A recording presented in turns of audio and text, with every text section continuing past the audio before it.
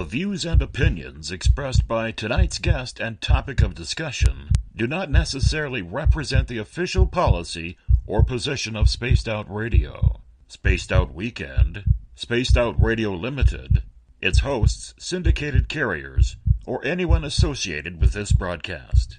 Any rebroadcast, reproduction, or other use of this broadcast or podcast without the express written consent of Spaced Out Radio or Spaced Out Radio Limited is strictly prohibited. Listener discretion is advised.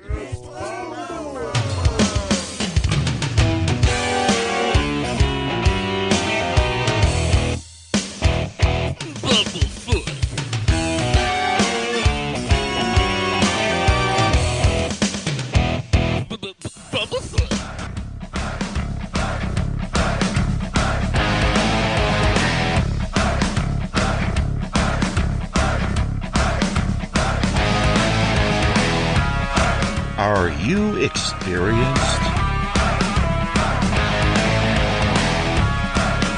Stop right there!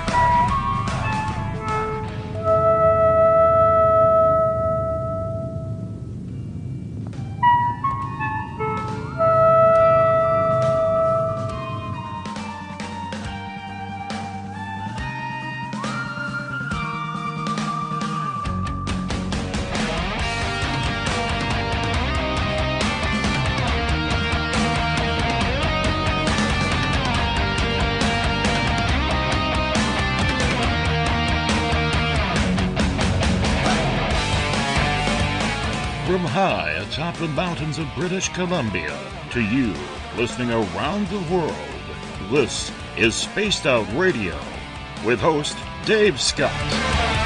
They let us play with all our toys, they let us think that we're big boys, they let us make the louder noise, but women rule the world. They let us think we're Superman. You can follow us on our website, spacedoutradio.com, on iTunes and TuneIn. Follow Dave on Twitter at Spaced Out Radio, on Facebook at Spaced Out Radio Show, or on our YouTube channel, Spaced Out Radio Show. I try to act so cool, but you know I'm just a fool for you. I will stop till I reach the top just to be there with you. Dave, oh Dave, are you playing with Bigfoot and aliens again? Dad, you gotta stop haunting the ghost. It's scaring them. All right, seriously, put down the pointy sticks. The deeper I fall. Okay! Game on! Game on! Game on!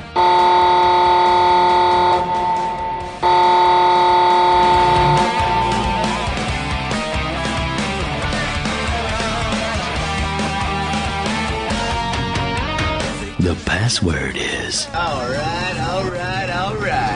Buckle up, space travelers. It's time to go for a ride on Spaced Out Radio. Mr. Bumblefoot, Dave is ready for liftoff. I try to act so cool, but you know I'm just a fool for you. Seriously, Dave? Really? Aren't you a little old for a tinfoil hat? Hello, Toby. Bye-bye. Love you. Bye-bye. Yeah, just please take your seat about there. We'll let the entrance. It's time for pickup.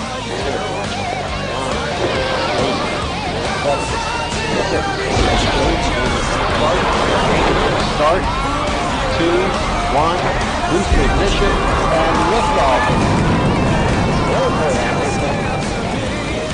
I'm such a lucky guy, 'cause after all this time, it's like the deeper I go, the deeper I fall.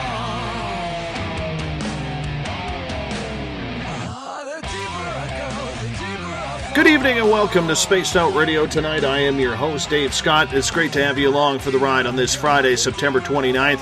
Saturday, September 30th, if you're on the East Coast or across the pond. Hope you had a great day and night as we are live right here in the Great White North on top of the mountains of central British Columbia at Spaced Out Radio headquarters as we are here 7 days a week. We welcome in everyone listening in on WQEE 99 Rock the Key down in Noonan, Georgia, home of The Walking Dead. We are live live as well on the United Public Radio Network, 107.7 FM in New Orleans and over 160 countries around the world. We're also live at spacedoutradio.com, Spreaker, KTLK, The Fringe FM, Renegade Talk Radio out of Las Vegas, the High Plains Talk Radio Network, and if you're listening in on Revolution Radio, remember the Double R Machine is a donation station financed by you, the valued listener. Head on over to freedomslips.com and donate today.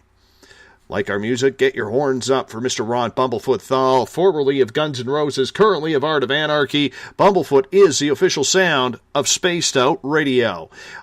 If you're on social media, you can follow us on Twitter at Spaced Out Radio. Give our Facebook page a like, Spaced Out Radio Show. On Instagram, you can follow me at Dave Scott, SOR. Subscribe to our YouTube channel, Spaced Out Radio Show. Listen to us on iHeartRadio in the United States. TalkStream Live. Tune us in on TuneIn. Download and subscribe to our shows on iTunes. Our website is spacedoutradio.com. Now, if you want to take part in this show, you got to do me a favor. You got to sign into one of the chat rooms. You can either go on Revolution Radio, Spreaker, the UPRN chat room, or on Facebook by joining the SOR Space Travelers Club. Or if you're on Twitter, just use the hashtag Spaced Out Radio. I will connect with you live during the show there as well. If you head to our website for $5 a month, you can become an SOR Space Traveler. You can also shop at our Spaced Out Radio store. Read the encounter online. Check out my latest blog. If you've had an experience you can't explain, fill out an SOR Sightlines report, and you could watch some great video viewing from Tim Doyle of UFO Seekers and Leslie Mitchell Clark's Contact TV. It's the final Friday of the month, so you know what that means. It's time for the SOR Paranormal Roundtable as we are prepping to head into the Halloween countdown. As per usual, we bring in some friends and discuss and debate everything paranormal for the month that was. Tonight we have Eric Cooper from Forest Moon Paranormal and S4 coming off a fantastic Paracon a week ago in Concrete, Washington. We are efforting to get Dave Cruz in here from Spaced Out Saturdays, and it's my pleasure to introduce our other guest tonight. It's her first time, and probably not her last, as many of you know her as Amy on the radio. Amy Martin, the newest member of the Spaced Out Radio team, coming on in to join us. Amy, I'm going to start with you. How are you doing? I'm doing great. Thanks for having me on. Not a problem. I'm so excited. This is actually the first time you and I have talked on the air. Yeah, isn't that really strange? I know. I want to just publicly say welcome and thank you for joining the Spaced Out Radio team. Our members we are very close with, and people know you from your days of working with Art Bell and your own fantastic radio show, Amy on the Radio, that is like uber popular. Thank you very much. You know, and I just wanted to say thank you so much for joining our team. It's a great pleasure to have you a part of it. I know there are many listeners excited to have you involved with us, because as we continue to grow Spaced Out Radio, we need good people here. We need good people to be a part of it, and I think you are dynamic and exactly what this team needs. I really appreciate it. And I just wanted to give a quick shout out to all of my friends in Newnan, Georgia, everybody around West Georgia, Coweta, Carroll, Haralson counties, if you're listening in, Newnan, Whitesburg, Carrollton, Temple, Bowden, Villarica, Mount Zion, Bremen, if you get any sort of signal out there. Just want to say a quick hi to all my friends and family. That's exactly where I grew up. Wow, that's interesting. So let's talk just a minute here, Amy, about what you are going to be doing for Spaced Out Radio. Yeah, so I'm going to be helping out with affiliate sales, and that basically means just getting you on more terrestrial stations. I'm looking forward to it because you have the connections, you have the ability, you know the people who are involved, and to have you a part of this team, because we have, as you've noticed over the last amount of time that you've been kind of checking us out and scoping us out to make sure we were legit and everything, doing your due diligence as you should. I'm sure one of the comments you have made is how loyal the audience is, whether it's in the chat rooms, whether it's online. You were pretty impressed with that. Oh, yeah, absolutely. It's really good to see just a really strong base going on out there on not just one social media platform, but many social media platforms. That's always a good sign. For you, what makes a good radio show? You've worked with the best, and let's face it, Art was the best, okay? But you've worked with the best. What do you see us becoming? I'm going to put you on the spot here. Well, that's two questions. What do I see in a good radio show, and what do I see you all and really us all with Spaced Out Radio becoming?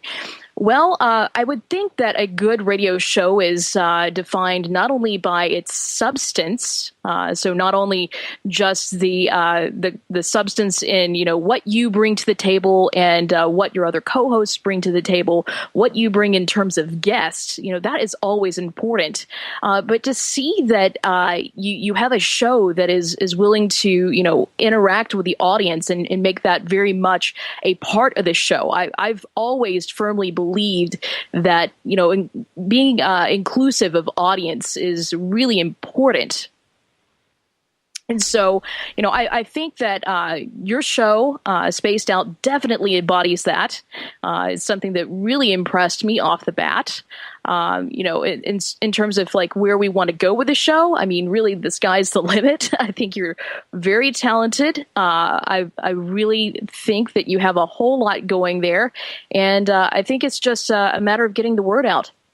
Well, we appreciate you joining in and jumping on the train, as we like to call it here, because we got room in the SOR HQ for you, way up here in British Columbia. Thank you very much. And when you do decide to actually come stay at SOR headquarters, we'll make sure that you get the bedroom window that faces the northern lights when they shine. How about that?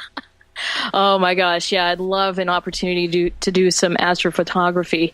I really love doing that, especially like if I'm out in the desert. Oh, you missed a good show the other night.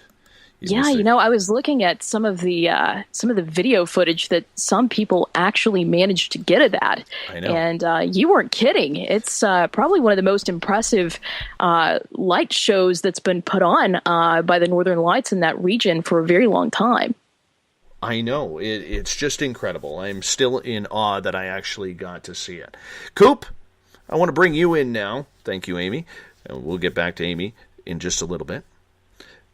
You had an amazing Paracon that started a week ago tonight with a fantastic barbecue at your house. And I want to just say thank you for having us and so many members of Spaced Out Radio down at the Forest Moon Paracon for year number 2 in Concrete, Washington. You really outdid yourself again, my friend. Oh, it was fun. It was a blast. I'm still feeling it. Absolutely. I'm so drained. Absolutely. And you know what? It's a lot of effort, man. You and your wife, Izzy, put in an immense amount of effort. I even got to see your sheep. So I was happy about that. Amy, if you saw Eric Cooper's sheep on his farm, you would swear it's about the size of 3 sheep. This thing is massive. But he's got a guard sheep. I was saddened to learn, though, Coop, that the duck disappeared because your guard duck and I got along very, very well. Yeah, and that kind of goes with one of the questions tonight, is for predatory animals coming down. But yeah, anyway, we'll get to that. But yeah, she disappeared. I mean, we've had a lot of cougar activity, bear activity, coyote activity, and she fought them off for a very long time. That's why she lasted this long. Mm-hmm. Absolutely. Well, you know what? You put on an amazing event. The Friday night at the Hub where we were doing a pseudo investigation. I put my drink at the corner of the bar because I was getting a few blips on my K2 meter there. And the funny part about it was I said to the spirit in there, because there's a couple of ghosts in there, I said to the spirit, I said, would you like a drink? Here's mine. It was almost full. And I put it at the end of the bar. I set my K2 meter up. My two of my lights were absolutely solid for the next 30 minutes. It was like this ghost who was sitting at the end of the bar, standing at the end of the bar, drinking my drink on me. So Dave, I gotta interrupt you there for a second. Yeah. Because I have a K2 meter and I have a millimeter and I have a few other meters and stuff, but my K2 meter, I don't know if it's just me or not, but it is very, very buggy. Like it'll give me false positives all day long. Not mine. Mine's no, but cool. his drink was going down too. I don't know if it was me doing that though, Coop. It may have been. I kept checking it. You weren't anywhere near. Just saying. Well, you know what? It was a fun time. You had some incredible speakers, and Coop, I just want to say that I've been involved with your first 2 years of the Concrete Washington Forest Moon Paracon, and I look forward to, one way or another, being there for year number 3, my friend. You have an amazing little town and some great people to join in, and a big shout out to Corey Rees. There, I got your last name right, Corey. Corey Rees. Hello, Corrance. And you guys just put on an immaculate event, great people all around, and we made some good new friends and, got to rehash some stories with some old ones. And, first time I got to meet Paisley Town and Elizabeth Anglin face-to-face after talking to them for pretty much the last 2 years on Spaced Out Radio. So it was pretty amazing how a small event like that can bring so many good friends together.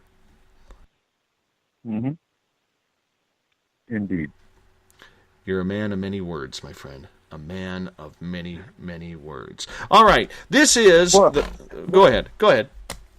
Well, and I got to say, because I neglected my class, but I still pulled an A off, even after pulling Paracon off, and now I've just been going balls to the wall with the emergency management of terrorism, and interesting class.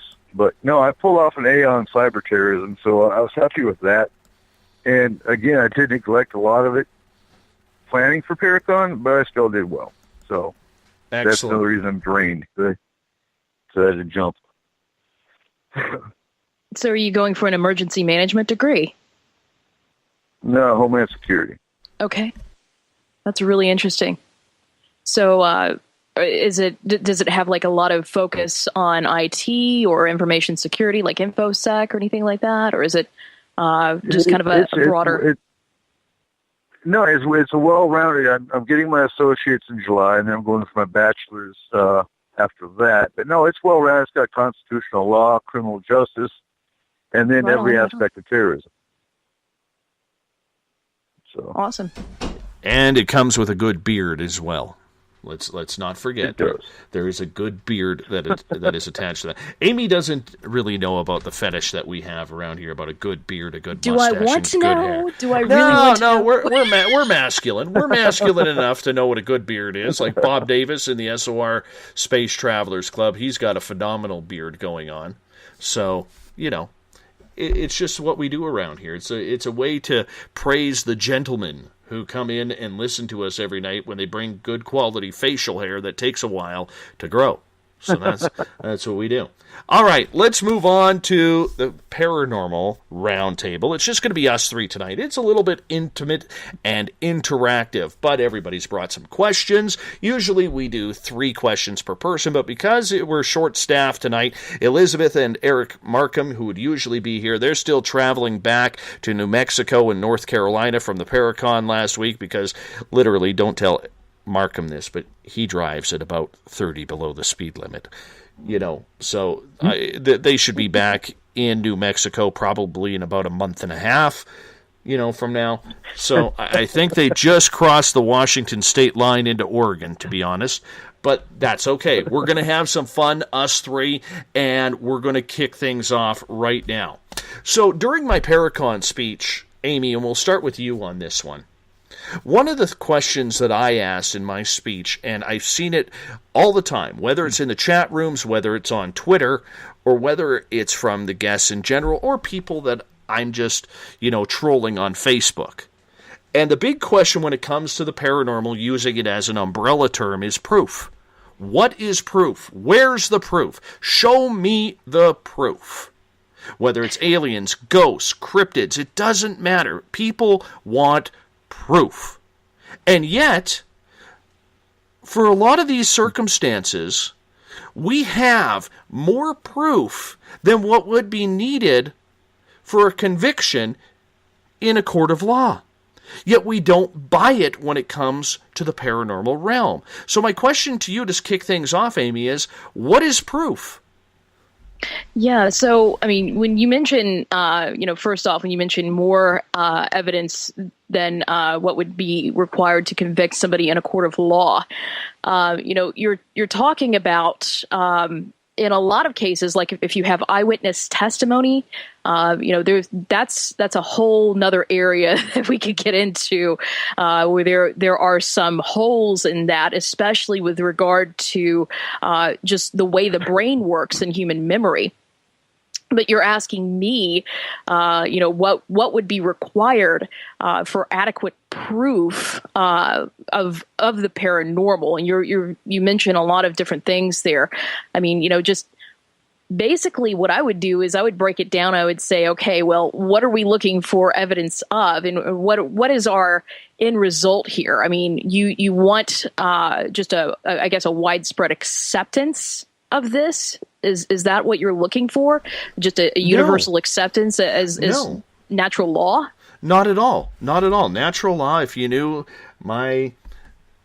Yeah, no, I'm not going into natural law. I don't like body hair. So to me, that's part of natural law, and that just doesn't suit me very well. No, but the whole point that I'm getting at is, okay, there have been a number of circumstances where we have seen either great video footage or great UFO footage. You can tell what the CGI is. You could tell what is going on if somebody's pulling your leg or not. I mean, there's only certain little hype lines, clickbait lines that you need to look at. For instance, if it says Facebook is removing this, watch this before it goes away again, it's clickbait. You know what I'm saying? Sure. I mean, there are lots of ways to kind of detect the so-called BS, if you want. There are certain things that, of course, set off alarm bells with a lot of people if they're looking to detect that. But if you're looking for proof of something, if you're looking to prove, I mean, I guess the question again goes back to who are you trying to prove it to? Are you looking for individual proof for yourself? Are you looking proof to back up, credibility? Or are you looking for credibility? Because those things are going to be different, and when it comes to credibility, that's more of a soft skill. That's someone taking your word for your own subjective experience. And, I guess if you want to look at it, it just depends on how you want to, frame the experience. Like me, coming from more of a scientific and a skeptical background, I've seen some pretty incredible things that I have no explanation for, but I don't immediately jump to try to explain exactly what I saw. You hear a lot of people say the term, I know what I saw. I saw this thing. Really, when I've seen things, if I've seen something that has been, inexplicable to me and it's been witnessed by many, many different people, do we know exactly what we saw? No, we don't. And it gets even weirder when you talk about, what defines adequate video evidence or audio evidence? What would define adequate digital evidence? Something that we can record, something that we can maybe play back and show other people. And it just gets... It gets weird in many different ways, but it can also get a little bit confusing. And most recently, as technology has improved, it's the premise of Hollywood, especially in the horror realms, that you want to create something that is more and more convincing and more scary to the viewer. Something that blurs the lines between reality and fiction to them. So while you have an industry that's devoted to that and devoted to, creating things that are becoming more or appear to be more and more realistic as technology improves, as everybody has access to these cameras in their hands, in one camp you hear, certain skeptics that say, well, everybody has a camera now. Why aren't we seeing more legitimate videos and photos of UFOs and things like that? And then there's another camp of people that say, well, we see too much of that stuff, and we see so much of it now, it just seems to be fake. And because you can fake anything with CGI, with lighting, there are all sorts of ways and means to do that. And again, going back to Hollywood, they are paid to do that. They are paid to skillfully do that. And there are a lot of people out there, even amateurs, that are very good at doing just that. But, when it comes down to those things, video evidence, photographic evidence, audio evidence, it kind of, you kind of go back to the expert thing. Okay, well, who was recording this? Who witnessed this? And, this, that, and the other. When it comes to the paranormal, there are no experts. There is nobody who is an expert on the face of the planet in the paranormal. And, I'll even argue with parapsychologists about this. They all have their own feelings about various aspects of what is defined as the paranormal. But I just feel like, if you claim to be an expert about something that is widely misunderstood or unknown, you either really don't understand and you are, you're either doing it for one of two reasons. One, you're cynical and you know better and you don't really think you're an expert. Or two, you fashion yourself to be an expert because it's something that you have sort of devoted your life to. And you've done a lot of research into, but really there are no experts in the field of the paranormal. And, where I sit, in terms of where I consider myself with belief or non-belief, the way I look at things as a skeptic, I don't dismiss things. I don't look at someone's subjective experience and say, you didn't experience that. That is not my place at all. But if you are out there making a bold claim about something and, alarm bells start setting off, if you seem to be making money from this experience, if you have a lot of stories that change, there are various things that you can go into to evaluate, whether or not someone seems to be genuine in their claims. But, that's if they decide to put themselves out there like that. If that's the way they're marketing themselves, I feel like, well, by all means, we should be having discussions about this and you maybe try to poke holes in it because, that's what I do. Like, if I have a weird experience, something that I can't explain, I try to poke holes in it because, that for me, that's a lot better. I feel not necessarily satisfied, but I feel more like, okay, well, if I'm questioning this experience, scientifically with using basic methods, I'm not talking about using gadgets, but if I use, if I go about things, just thinking about the scientific method and, applying things and trying to figure out, okay, well, is there anything obvious here that could explain something, and trying to explain it that way, I feel better for not lying to myself when I have experienced something that might not have felt explicable at the moment, but then looking back on it, I go, oh, okay, well, maybe this affected it. Maybe this particular thing was a major factor. Or, say you hear like a sound in a house, you go, wow, I had this feeling that felt like, there was a spirit around. But as it turns out, if upon further questioning, you find out that somebody else was in another room. That's a simple example, of course. But all right. You had a good run. Sure. A good run. Coop, I'm curious, in your opinion, because I want to respond to Amy, but I want to hear your opinion first. What is proof? What is proof? Okay, I think the experiencer. And if you have an experiencer that's got multiple witnesses that can validate it, then by all means. As far as proof, okay, so I had Bigfoot knocks. I had complete, I had 2 other witnesses that were with me. We went and checked it out. Nothing there. Went back to our packs. Picked up our packs. Had Bigfoot knocks again. Is that proof that Bigfoot was there? Some would say, yeah. To me, it wasn't a woodpecker. What else would be doing it? Now, as far as our team goes, we have an evidence or a photo media analyst that is getting a degree in the media sciences. So when I get a picture, I send it to him for analysis. He knows what CGI looks like. He knows what Photoshop. I mean, he's getting a degree in it. So he's the ideal one to either validate or disprove. So proof, we could, like you said, there's been enough proof out there with pictures, with the UFO side of it, even with the spirit side of it. I mean, and I also say, and I've said this before on your show, validation. When you have a medium that can confirm what your EMF meter's saying, and outside confirmation as well, to me that's proof. I want to get back to. Go ahead.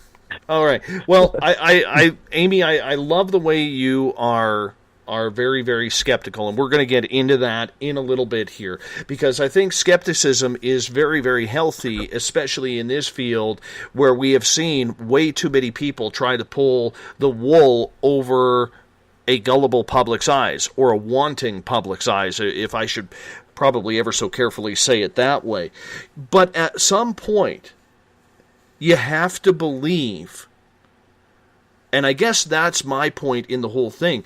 At what point do we draw the line where we say, I want proof, okay, and yet we are so quick to debunk, we are so quick to be negative, we are so quick to throw an opinion out there. Example, the photo that I got, from one of my guests on my tour in the barn. You've seen it, Eric's seen it, most of our listeners have seen it, okay?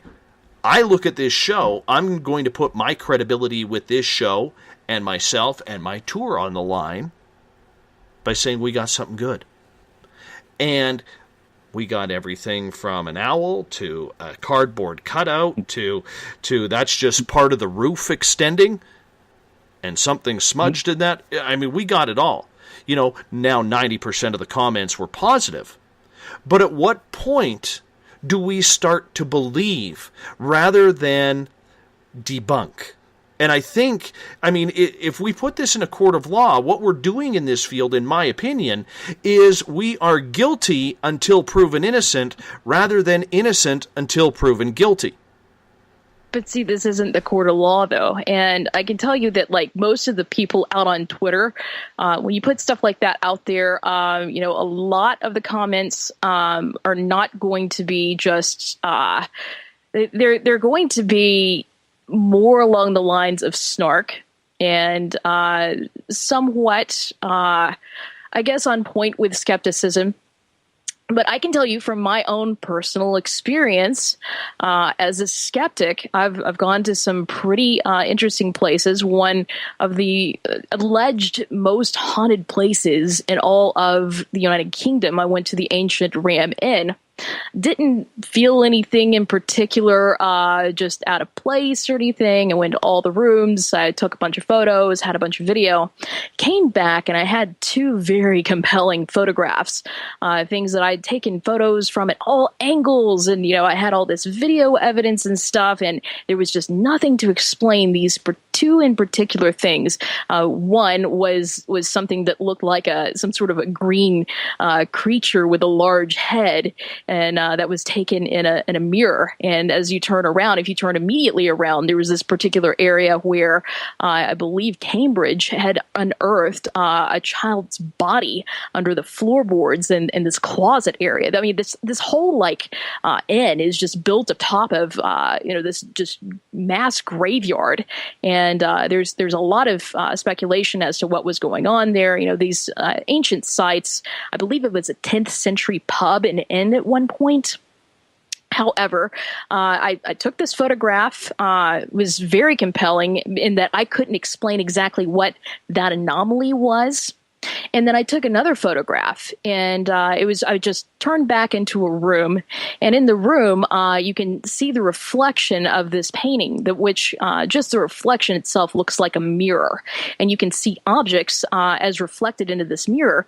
And at the edge of the window there is this lady, and to me it looked like me when I was really young. It looked exactly like me when I was really young, because when I looked at that, that's what I thought of. And again, you could see it in the reflection, but it wasn't in the rest of the photo. That creeped me out, and I literally had no explanation for it.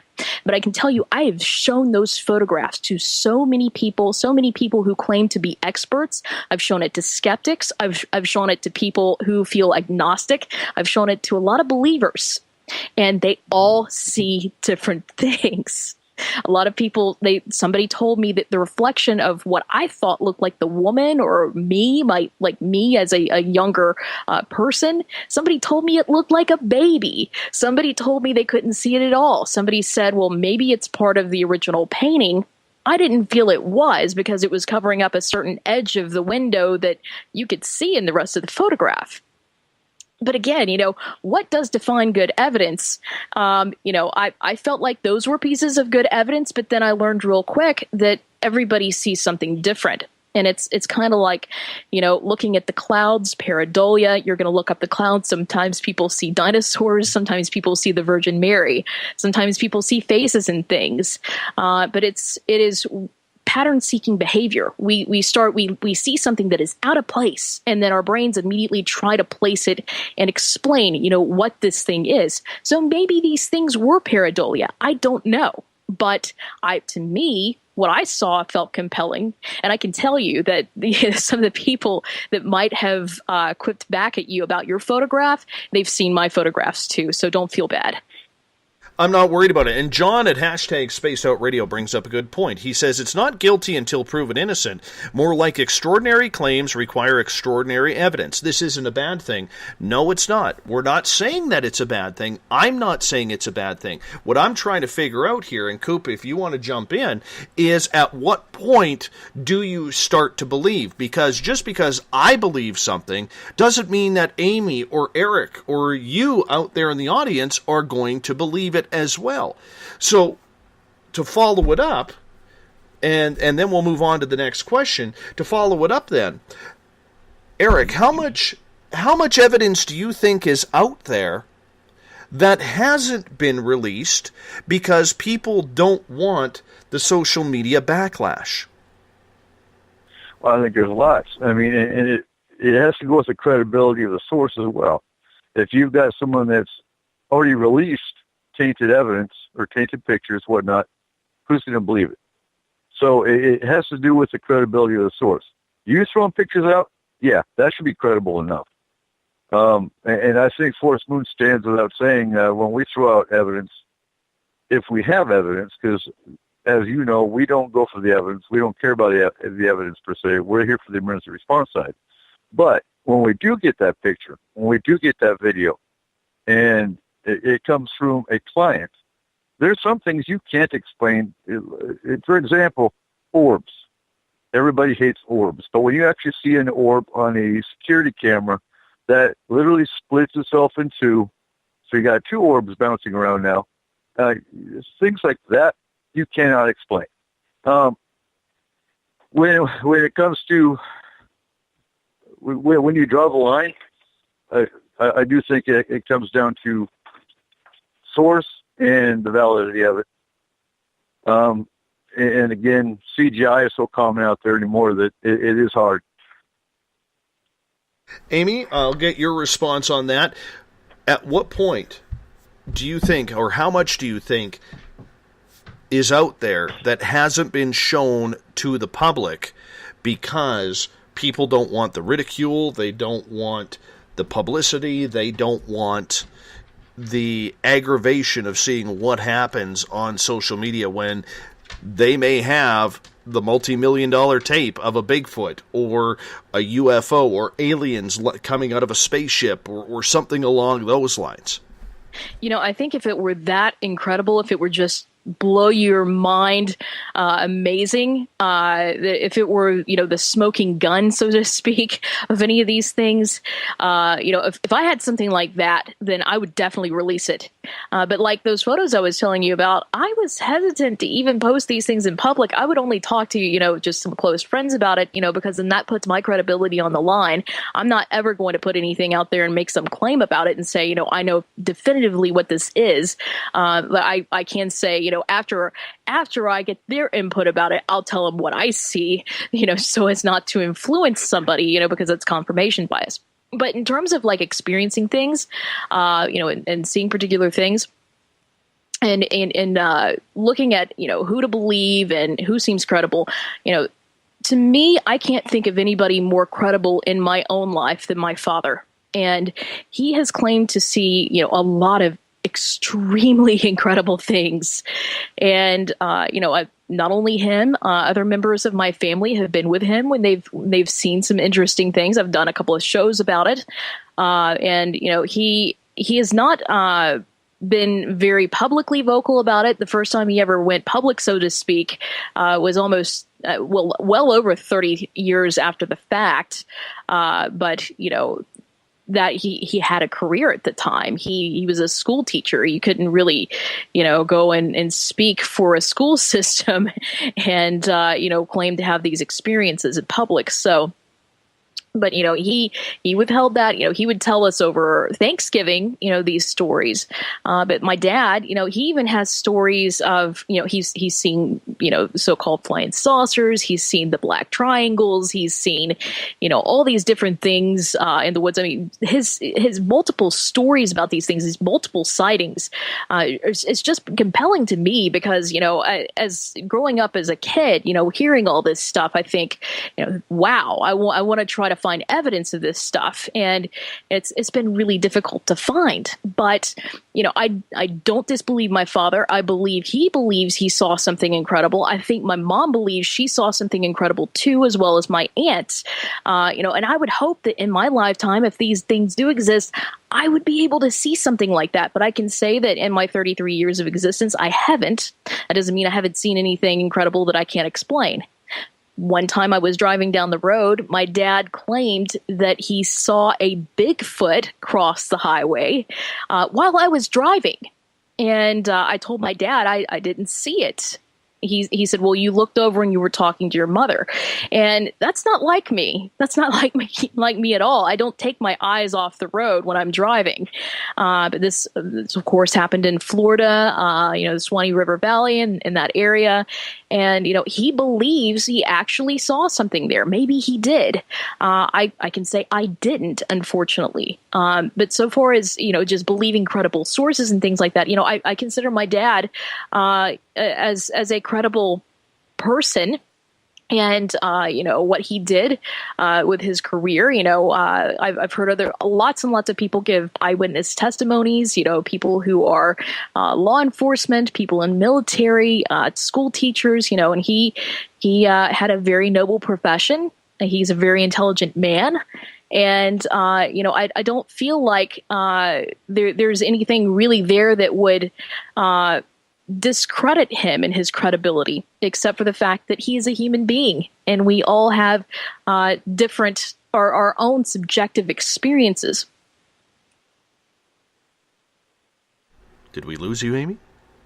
Or did you just... Oh, no, I just I had to take a breath.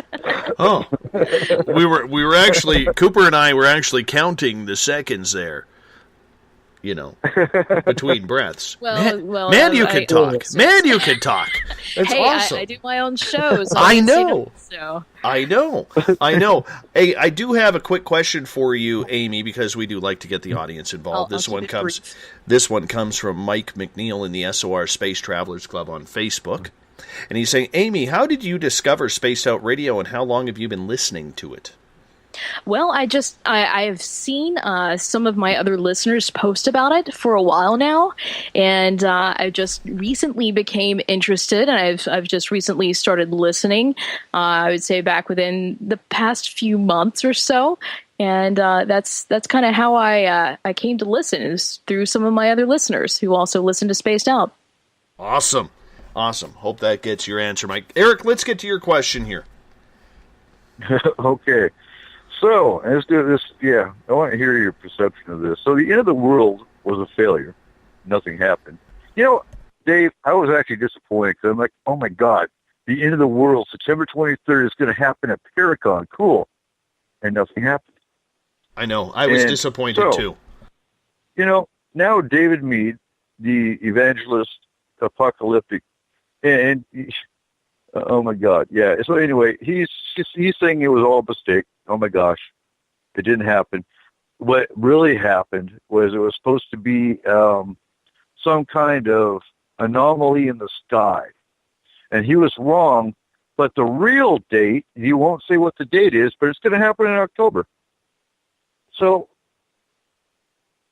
you know, and in the course I'm taking, I'm actually learning about these apocalyptic extremist groups and whatnot, and I would say he fits that category. But so what's your thought about these kind of fear-mongers, and is there a way to shut them up? Amy, do you want to grab that one? Or do you want me to hop on that? I'm just wondering if you've caught your breath. I'm wondering if you've caught your breath there. Yeah, well, so, I think, it falls into two categories. Are you cynical? Are you trying to pull the wool over everybody's eyes? Or do you really believe something like that? And, far be it from me to want to shove anybody up, but... But, Amy, here's my point with that. Now, global people aside, I understand that, but you've got people that are actually quitting their jobs, selling their homes, and are completely terrified because they believe this crap. I mean, isn't there something somebody can do? I don't know. I mean, that's a pretty big question. I mean, it's when you look at stuff like that, you can kind of relate it to cults, I guess. And in some cases, quite literally, it's somebody would be a member of a cult. Some people just aren't. Some people, they're just really paranoid, and they feel that these particular types of incidents should move them to move in their lives. Sometimes people are just looking for an excuse for change too. I had the chance to talk to a guy back in 2015 who thought the world was going to end, and just this fire and terror from September apocalypse, and the moon was supposed to turn blood red, and which it does just about every early morning. But it was a situation where he thought, we were going to be hit by some sort of a comet or an asteroid, and it was just going to wipe us all out. Unless, of course, he got to Mount Shasta and went down there to talk to some people, inside the mountain called Teleusians, and basically all that stuff. That the whole idea of Teleusians in the mountain was based off of an old story. I think it was published in the 1930s. It was based off of a work of fiction, and then the author started to believe more of it, and then he ended up disappearing. Some mysterious thing around that. But, of course, they thought, well, Mount Shasta would be a great place to go. And then they went there. And I got to interview them, and while they were at Mount Shasta, and, try to understand more of their thought processes. And I don't know what they're doing right now, but for them, it was a welcome vacation in some ways.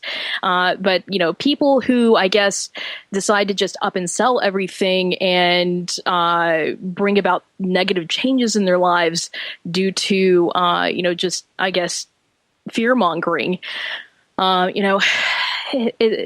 kind of a big question now, because And before, you would kind of counter that with some facts and some truth. And now for people, and in a lot of ways, that's being redefined. And they don't know who or what to believe anymore. Well, and that's the other point, too, is you also see these videos popping up all of a sudden that kind of back up September 23rd, which, well, we know it didn't happen. But all of a sudden you see these old videos resurfacing like they're new that says, NASA's confirmed. Well, and like I tell the members of Forest Moon, is the way you confirm that kind of information is go on the NASA.gov website and see if they did confirm it. If it's a disaster that's going to happen, go on the FEMA.gov. They're all government websites. I understand that, and we don't trust the government a whole lot, but some facts are going to come out. If it's an epidemic, CDC.gov. I mean, there's all kinds of ways to validate quote-unquote news, because you don't go by CNN or Fox or any of them. They're all crap. Well, I can say that I have a lot of friends who do actually work for NASA, and a lot of friends in various aspects of science. And, if anything really is up, or if anything really seems sketchy or questionable, I just ask one of them.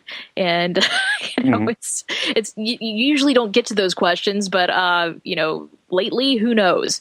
You have a lot of questions, especially with climate change and a lot of the weird things that have been happening with the weather. And, you see all these different things that have just that seem to manifest themselves much more rapidly than we would expect a global sea level rise to support. Things like the weather and hurricanes and whatnot. And, of course, man-made earthquakes, which I get to experience more than a few of those. But, I have a lot of questions for them sometimes. And luckily, I have friends like that I can ask those questions of. I realize not everybody does. And, with people not knowing who to trust and what media sources to trust. I mean, you could say, well, don't trust the mainstream media. Well, who do you trust then? Do you trust alternative media? Just how are you defining yourself in terms of media? Well, you know what? I want to jump in there for a quick second, because as someone who spent almost 10 years in mainstream media, I can tell you this: whether you believe in the mainstream or not, or think they're BSing you on the news, if there was a so-called Nibiru or Planet X, which I personally do not believe in, that was coming to Earth, that was going to crash into Earth, they would be broadcasting this. They would be having this as their top story. They're not going to cover it up as you see on the fear-mongering sites. The mainstream media doesn't want to report on this. No, that's crap. That is absolute crap. The media would report on it. Okay, I realize that the media has suffered a lot in the mainstream, and well-deservedly so, for the fact that they have not been very upfront. And that's what happens when you get a media that supports one side or the other side of the ledger when it comes to political ground. This is why journalism and media is supposed to be the referee. It is supposed to be the judge, jury, and executioner for the public. The only person the media is supposed to answer to is the public, not the Republicans, not the Democrats, not the lobbyists, not the medical companies, okay? So if something like that did happen, yes, you could go to the mainstream media and get the story. People out there will say, at this point, I don't believe it. They're a bunch of crooks. They're a bunch of garbage human beings and liars. Sure, you can have that opinion. But when it comes down to it, your local station is going to be going to an emergency broadcast system that says this fake planet Nibiru is crashing into Earth in October now, not September 23rd. We only got about 4 minutes left. Anybody want to respond? Yeah, I was going to say, well, even upon the existence of a planet like that, I know that it wouldn't be. I know that it wouldn't remain quiet, especially in the space community, because we're a bunch of nerds. Absolutely. You're 100% correct. It wouldn't be kept quiet. And sure as hell, people who are trusting the social media aspect of the news, besides Hef dying 2 days ago, which I'm still heartbroken over. Right. The fact is, you have to trust it. Don't go to the fear-mongering sites, okay? We can talk about Alex Jones, we can talk about Sean Hannity, we can talk about Rush Limbaugh, or whoever you want to talk about. Don't go to the fear-mongering sites. People, you are better, and you are, more importantly, smarter than that. I think more importantly, go ahead. It's the followers you have to calm down. And that's why we have our survival website or our survival group and whatnot. It's all about being prepared, not scared, basically. I mean, if you're prepared for whatever comes, then there's no reason to be scared about it. Whether it's Nibiru, whether it's volcanic activity, whether it's a UFO coming down, The other one is alien invasion. There's not going to be an alien invasion. I do see UFOs on the rise, but that's not an alien invasion. And that's the other thing that people come to me about or post in our group about is, don't worry about it. If it's out of your control, there's nothing you can do about it anyway. I would like to add, just use critical thinking. Don't necessarily look at the source. Use critical thinking and apply just basic tools of where did they get that information? Just think of things like that. Well, you know what? We only got about a minute left, and before we go to our first break, this has been a very fast hour. I want to end it on a quick story. Okay, I once had a guest on this show who claimed, and he lives in Toronto, he claimed that every newsroom for the last 20 years had a government official in that newsroom saying what could go on the air and what couldn't. And I said, where did you get this information from? He goes, I got it from a very credible source. You know, the credible source thing. I said, because I worked 10 years in a newsroom. I said, I never saw a single government official come in and edit what we could and could not broadcast on the air. Sure, we had editors to make sure that the time worked out. But never once did we have a government official come on into our newsroom and say, well, that copy about Canada's military can't go in, so we're just going to throw that one out. Or that story about UFOs, or that story about FEMA camps, or whatever it could be. Never happened. It never happened. Remember, people, there's a huge difference between national and local news. National is what is screwing up the mainstream media. They're choosing sides. It's the other side that is doing a good job, your local news. You want to get good information, quality information, go to your local news. Whether it's television, radio especially because it's immediate, or even your newspaper, including online.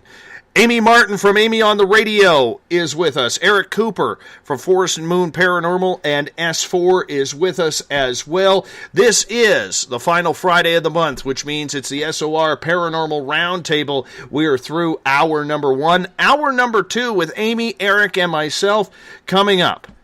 Amy is going to fire off her first question of the night, and we're going to go from there. That was a quick first hour, and we'll be back for another quick hour right after this on the mighty SOR.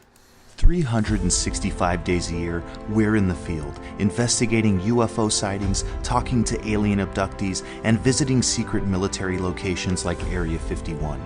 We're UFO Seekers, official partner of Spaced Out Radio. Follow our daily search for the truth at ufoseekers.com or like us on social media. Catch us on Spaced Out Radio every third Monday of the month as we discuss Area 51, UFOs, and more. And also, don't forget to subscribe to us on YouTube.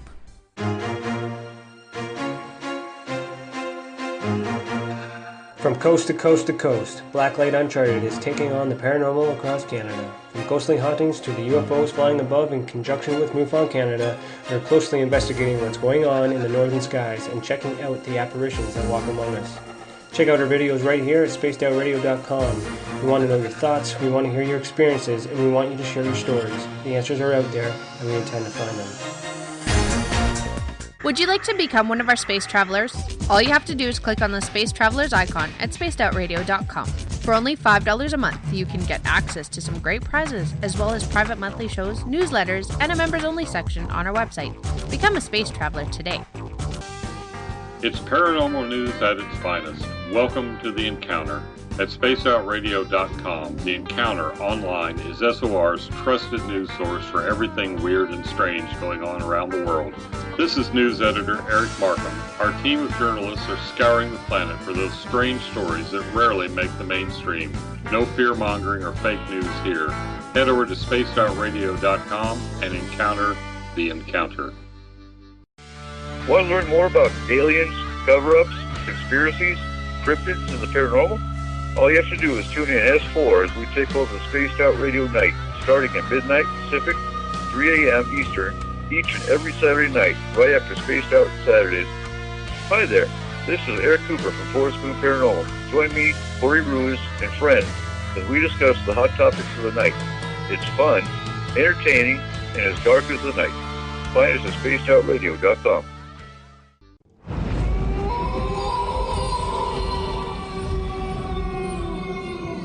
Hey, this is Canadian Paranormal Investigator Mike Moore.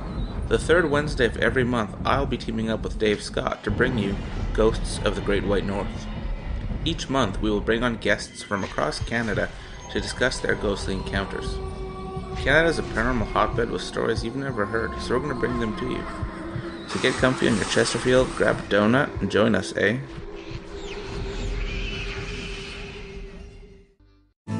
Are you an experiencer? Have you had run-ins with strange creatures you can't explain? ETs, Dogman, Bigfoot, werewolves? They're enough to scare the daylights out of anyone. Hi there, I'm Butch Witkowski from your Four Cop. And on the last Monday of every month, you can listen to me and the host, Dave Scott, talk about the weird and the strange being reported on Spaced Out Radio.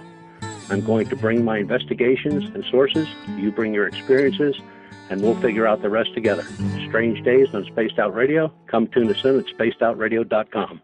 Want a place to share your experiences without feeling judged? We have the place for you. If you've experienced sightings or contact with ETs, ghosts, cryptids, or UFOs, and you'd like someone to confidentially look into the matter, just fill out an SOR Sightlines report. Our goal is to help you get the answers you need to the experiences you've had with our professional team of researchers. Your information stays 100% confidential. The SOR Sightlines report. Fill out your experience today only at spacedoutradio.com. Psychic Sundays, spiritual communication, ET contact, Sasquatch in your backyard. We will have it all on Cosmic Passport with me, Elizabeth Anglin. Each Sunday, starting at 9 p.m. Pacific, midnight Eastern, at spacedoutradio.com, I will take you on a journey of enlightenment. The goal is learning from the soul on out. We'd love it if you joined our experience. Cosmic Passport, heard Sundays at spacedoutradio.com. Are you interested in advertising on Spaced Out Radio? Head to our website at spacedoutradio.com and click on our advertising tab. There, you will find an assortment of ways you can get your product out there with us, from radio commercials to banners and social media. Have a product you like our hosts to endorse? We can do that too. Visit spacedoutradio.com for more details. From British Columbia to Northern California, Pacific North Weird has Cascadia covered. Check out our feature videos at spacedoutradio.com, where I, Vincent Zunza, and my super sleuth partner Alexandra Sullivan track down the weird and strange stories from around the Pacific Northwest, from Bigfoot to Mel's Hole and everything in between. This is what makes life exciting. So why report the normal when we can report the Pacific North Weird right here at spacedoutradio.com. Don't have time to listen to Spaced Out Radio live? Wherever you are, the car, the office, the shower, or even if you're traveling, we're right here for you. Each Spaced Out Radio show can be found on iTunes, TuneIn, and on our YouTube channel, Spaced Out Radio Show. It's the perfect way for you to catch up on our shows. For more information, just head over to our website, spacedoutradio.com, and tune in to us today.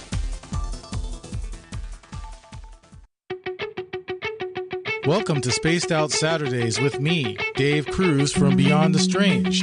Our weekly feature on spacedoutradio.com will take you around the world discussing everything from the paranormal to the latest conspiracies from the top guests in their fields. We won't leave any story uncovered.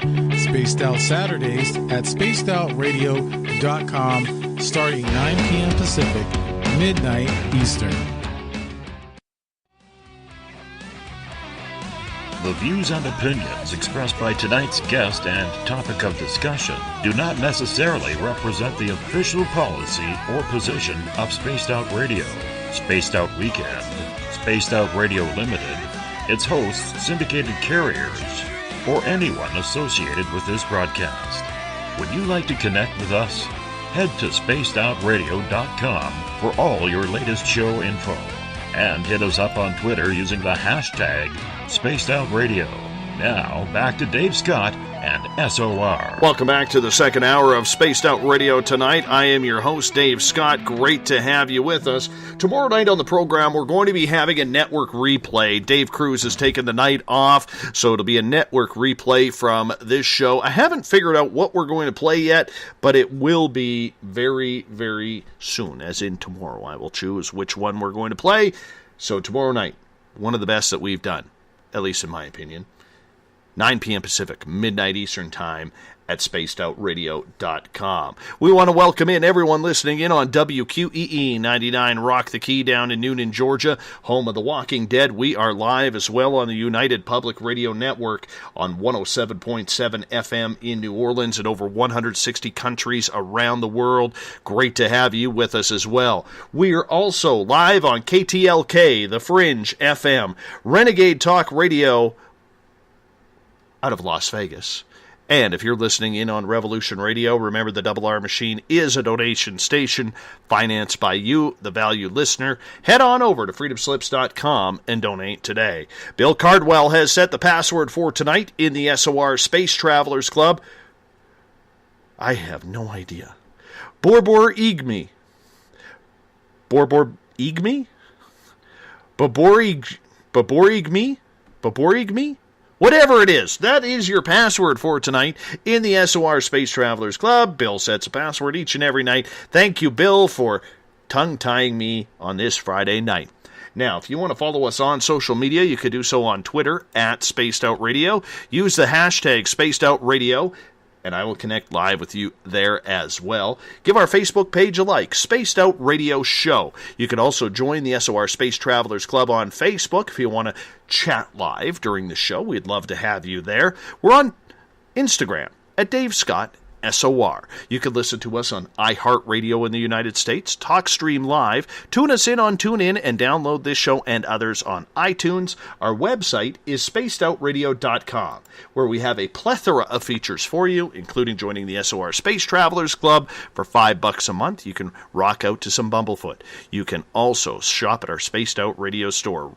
Watch some great videos from Contact TV and UFO Seekers and so much more. Everything at spacedoutradio.com. Amy on the radio. Yes, Amy Martin, the newest member of the Spaced Out Radio team, along with Eric Cooper from Forest Moon Paranormal and S4. We are a light crowd tonight on the SOR Paranormal Roundtable that happens the final Friday of every month. Amy and Eric, welcome back. Thank you very much. Well, thank you. Amy, we have a couple of questions from our audience for you. Okay. Number one, what is your opinion of flat Earth? See, I almost think that's a joke question because a lot of my listeners and other people out there might have heard me debate a pair of flat earthers on another radio show called Brainwaves. This one that comes on after me on Wednesdays. But yeah, I debated a couple of flat earth believers last year. And I can tell you after that, the flat earth trolling did not stop for several months. Yes, so, we have it here too. We have it here too. The trolling. Yeah. So I had a bunch of flat Earth trolls on my YouTube channel and all over Twitter, and I'm not the kind of person that likes blocking people. If you have an opinion you want to discuss with me and you want to enter into a reasonable discussion, that's great. But if you just want to throw around a bunch of ad hominems and you don't want to have a reasonable discussion, I guess that's the point where you just have to mute somebody. Absolutely. And the second question that we have for you is, have you ever yourself experienced any type of spiritual activity? And that goes back to, me. I'm not going to try to define exactly what it is that I've seen in the past, but if you have time, I can tell a couple of stories. We got time. You go right ahead. Sure. Okay. Well, one time, and my listeners will know, a bit about these stories because I've told them on the air before. One time when I was a young child, I was maybe about 5 or 6. I went to visit my cousins at a very old house in West Georgia, and we were there and we were playing around. It was the middle of the afternoon, and I went to my cousin's room, and I saw this music box on top of his dresser. And so I pulled out, this chest of drawers, and I pulled out each drawer one by one, like a pair of, like a set of steps to try to reach, this beautiful object.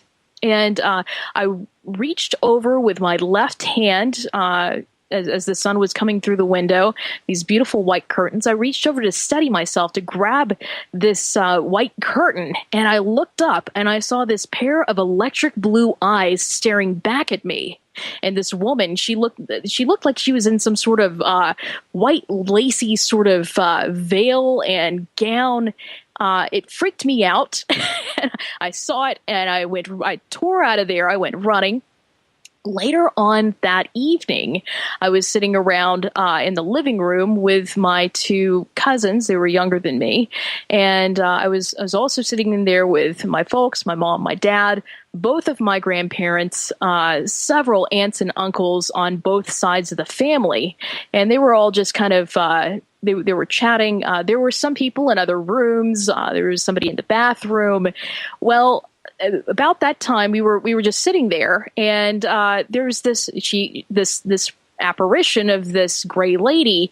She came walking through the living room and in through several of the other rooms, and people in every room saw this thing.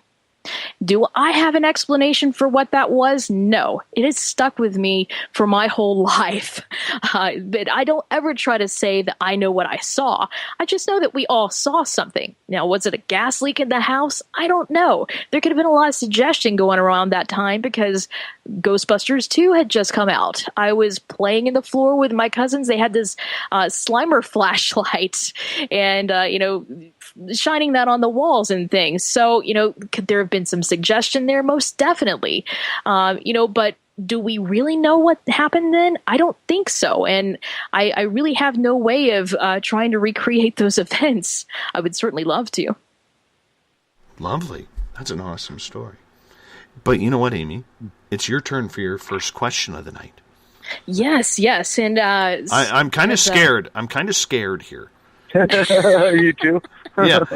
I'm always scared because with newbies who come on in here, they usually ask some far-out question that I know absolutely nothing about the topic, and I just sit here and quease and shake, and I go into my corner here and just kind of rock back and forth. Go ahead. Well, as we approach the end of September, and we are coming now into the month of October, I know that there are a lot of people out there who choose to celebrate Halloween as an entire month. Some people take September and October. Some people just, it's kind of a whole year thing. Halloween is kind of a year-long event. For me, I'm a huge fan of the paranormal, and I'm a huge horror fan. Do either of you have any rituals or any kind of, things that you do to celebrate Halloween or the month of October? I do. I chop wood. That's what I do. I chop wood, and I get my axe all ready, and actually it's not an axe, it's a maul. I get it all ready and shiny just in case. See, I have a teenage daughter, and boys like to come around because she's 14 years old, she's blonde-haired, blue eyes, tall, athletic, just the kind of daughter that, keeps the wolves around. You know what I'm saying? So I always have to keep my maul shiny and healthy. I put a little fake blood on there, and I remind them that that's what happened to the last young lad that came around. He's now missing. But as for anything else, when it comes to Halloween, Mrs. SOR is much more into it than I am. I'm a Christmas guy. I'm the kind of guy who checks my Christmas lights like 4 or 5 times a night just to make sure there is no dead bulbs in there. I'm that anal about it. You should have seen me how pissed off I got last year when my laser beams were not working the way I wanted them. But we figured it out. No, but when it comes to Halloween, I think, everybody says in this field that, the senses go up, and things start happening, and you got to be more aware.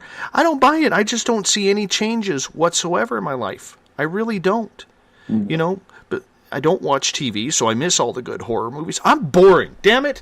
You know what? I'm boring.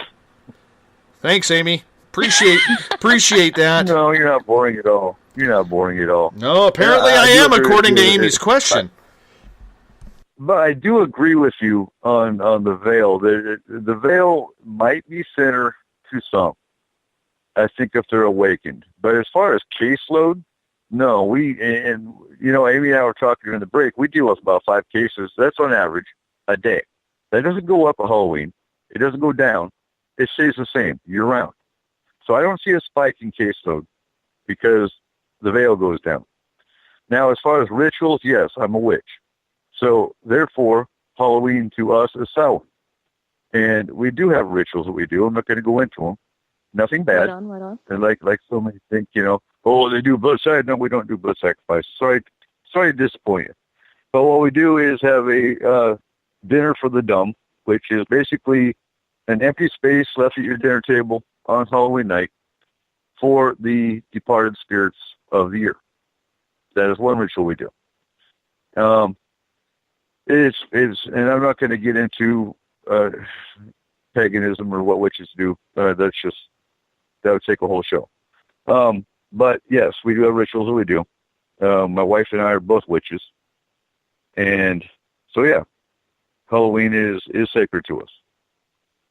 Right on. But as far as the paranormal side goes, I don't see a spike.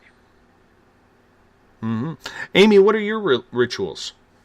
Ooh, well, I wouldn't consider myself a film buff or anything, but I do enjoy 2 types of films. I love B movies and I love horror movies, and so it really is a year-round thing. But I usually save the best for September and October. September is generally the sci-fi month, and I indulge in a lot of classic science fiction films. And then, of course, October, I indulge in a lot of the Hammer horror and Universal horror films, just the classic monsters. If it's anything to do with that, that just, I guess that puts me in the spirit of the season. And there's nothing wrong with that. Let's take this a step further. Yeah, sure. What's your favorite horror movie? What's my favorite? Oh, my gosh. Oh, my goodness. Well, for me, I don't think it's any particular favorite film. I like different types of films. I think one of my favorite science fiction films is probably Devil Girl from Mars. And it's very cheesy, but for some reason, I just love that film, and I can't get enough of it. I don't even know. What's yours, Dave? You gotta have one. You know what? I like Rose Red. I'm not really into horror movies. If I were, I love the Nightmare on Elm Street series. Something about Freddy. After number 3, I was cheering on Freddy. I was no longer cheering on, the other people. I wanted to see all the good ways that he could kill. But I'm more into suspense type movies. I'm more into like the M. Night Shyamalan or, the Paranormal Activity series. That one kind of freaked me out because I've lived in haunted houses and you never know. I mean, Cooper can tell you point blank that one of his astral travelers, called my house the Kmart Blue Light Special for Paranormal Activity. That's how much weird stuff we have going on here. So I like suspense movies. And, the movie I really, really got freaked out at, and a lot of people will laugh at me for this, but I was on the edge of my seat through the whole time, was The Blair Witch Project. Now, I know there's probably people out there rolling their eyes like, really, Dave? Are you that much of a wimp? And I get that, and I understand it, but for me, it was just so suspenseful, because to me it looked so real. And it did. And that's the type of movie I like. Same as the first Paranormal Activity movie. That one scared the living hell out of me. It really did.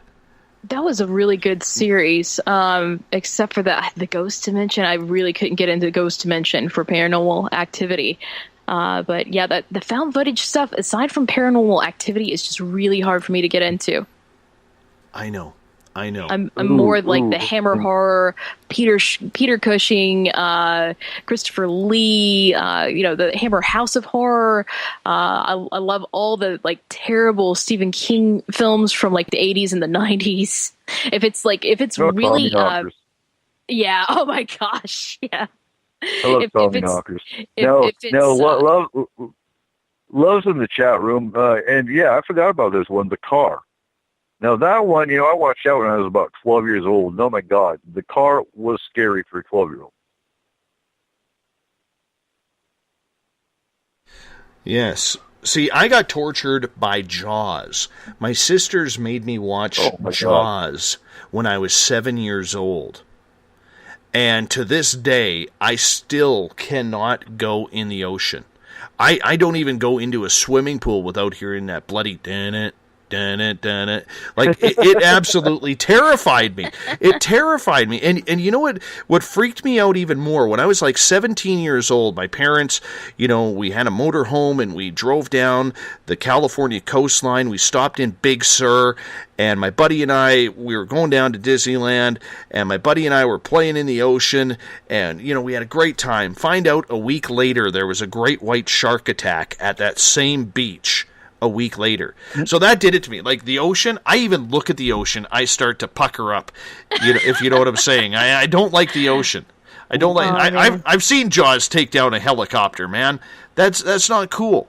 That's not cool.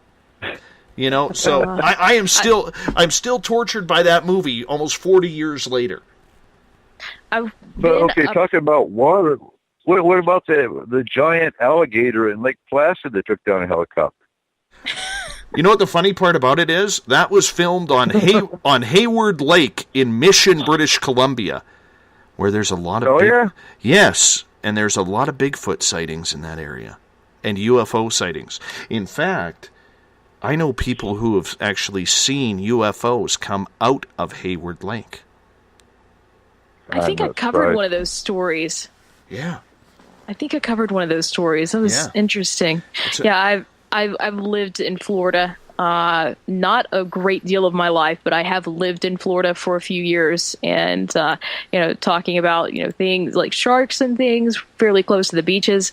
I went up in a Cessna seaplane when I was younger, up over Panama City Beach, and that's in the Gulf Coast of Florida. And it just looked like maybe 20 feet off the coastline, 20 feet off the edge of the beach. I could see, very large fish, what appear to be dolphins and some sharks. And I thought twice about going further out into the ocean when I was on the beach after that. Yeah, not me, man. Not me. Dave doesn't do the beach. Dave doesn't do the beach. That's why I'll never go to Mexico. Everybody's, why don't you vote? Why don't you go to Mexico for a holiday instead of Vegas for once? Why? There's sharks in the water. Do you know what sharks do with people like me? I'm a meal. I'm not an appetizer. I love the power of the ocean, though. Just the energy and the power of it. I don't have to go in the water. I just love walking the beach. Well, all right. We're moving on here. Next question comes from me. Next question. Comes from me. Go ahead. All right. All right. I'm going off my speech here because a lot of people haven't heard my speech yet because Coop's team hasn't got it on YouTube just yet, and Facebook Live just wasn't pushing it as hard as we should have because the internet connection was kind of weak, but Vinny tried to get it on there as much as we could, so you got about half of it. Science. When it comes to the paranormal.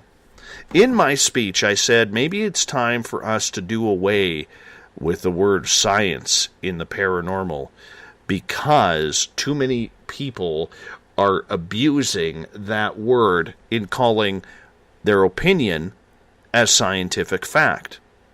Do you think if we eliminated the word science from paranormal investigation that maybe, just maybe, the mainstream would take us a little bit more seriously in our research, Eric? I do. Because now I like what Amy said about science earlier in the show. And you don't use gadgets for science. An EMF meter is not science. Getting an EVP is not science. About 90% of the teams out there that claim they're doing it for the name of science are not. And that's a misrepresentation and a misuse of the word and the perception. You tell a client that you're coming in to do it in the name of science, they're expecting their pictures and evidence to go in a scientific journal. I mean, I can almost guarantee it in some of those cases. But, yeah, it is misused.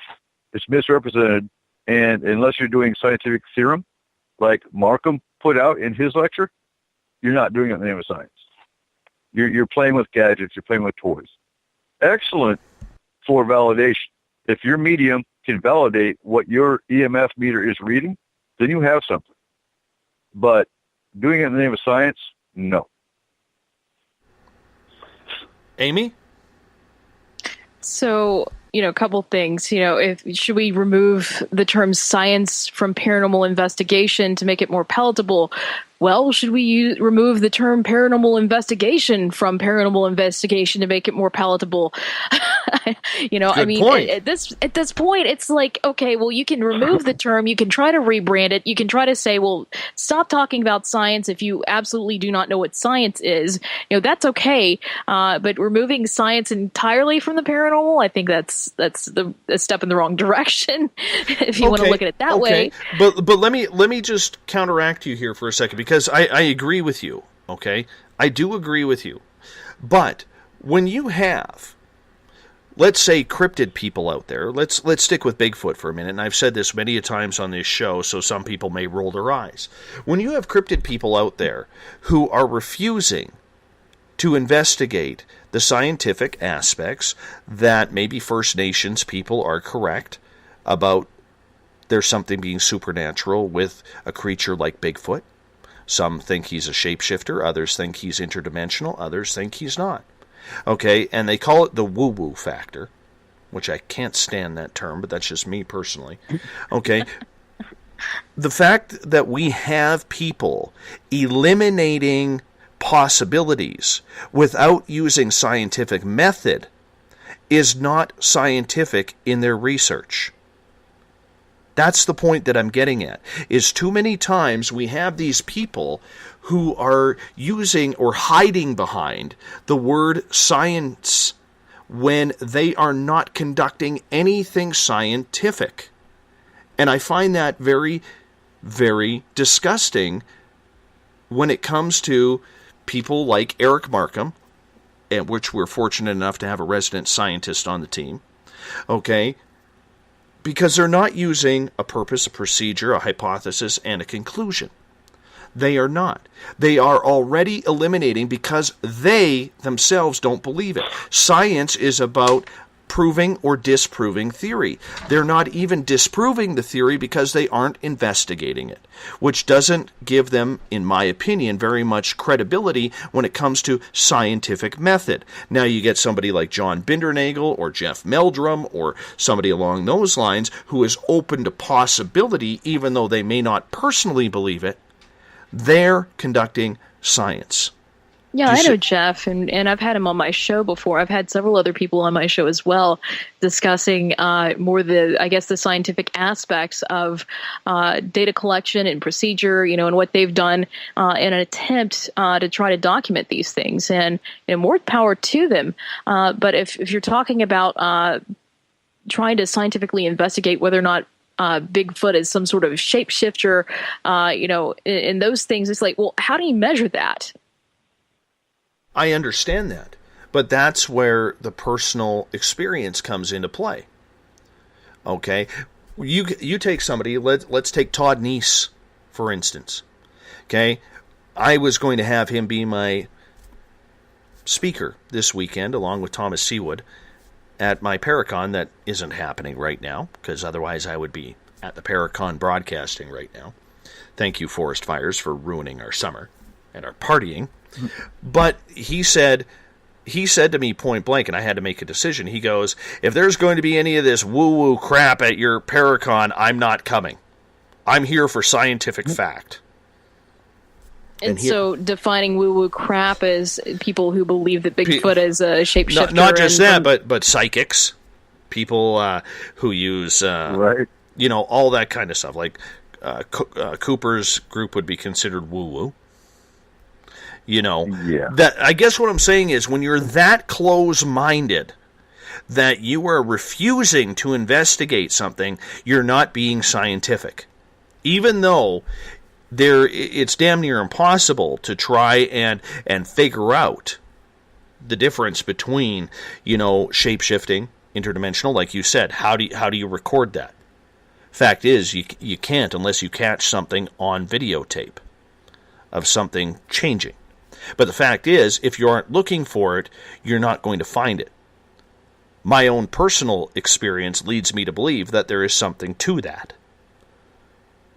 And it should be investigated. We have thousands of years of stories from First Nations and Indigenous people saying that this is a strong possibility.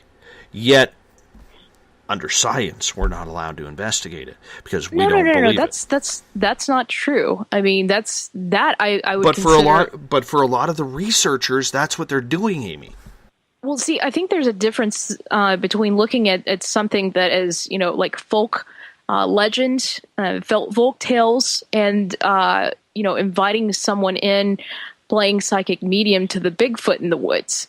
There are obvious differences between that, and I don't know if that was the case or not, or if that is the case. But I think for a lot of people, especially in the paranormal, there are people who draw the line with using psychic mediumship because a lot of what is out there has been disproven. And there are a lot of people who have uncovered people with earpieces in their ear. Different techniques that have been used in the past: cold reading, warm readings. Especially with people involving people claiming to be spirit mediums, people claiming to speak to the dead on behalf of family members and other people that know them. It's highly controversial, and there are good reasons. And it's a lot of it has to do with the fact that, there are people out there who are taking other people's money, who are, feeding off of other people emotionally and just doing a lot more harm than good, claiming to be a psychic in those regards. And that's where a lot of people draw the line. And then there have been some other things controversially that have happened in the past, back when we were talking earlier in this show about people that believe that the end of the world is coming, maybe because of a calamity or an alleged comet or something. That really did happen at one point. There were people who did end up committing mass suicide over some beliefs, and we don't know exactly where their beliefs initially came from or where their ideas initially came from, but there was a talk radio personality who had on a psychic medium that claimed that there was something communicating with her, some sort of alien spacecraft following a comet, and because of that, actually, we don't know if it was because of that or not. We know that happened. We know that preceded the event and some of the public claims made. But we just don't know if that kind of if that sort of thing, if somebody, whether they believe it or not, they may truly believe that they're in contact with something like that.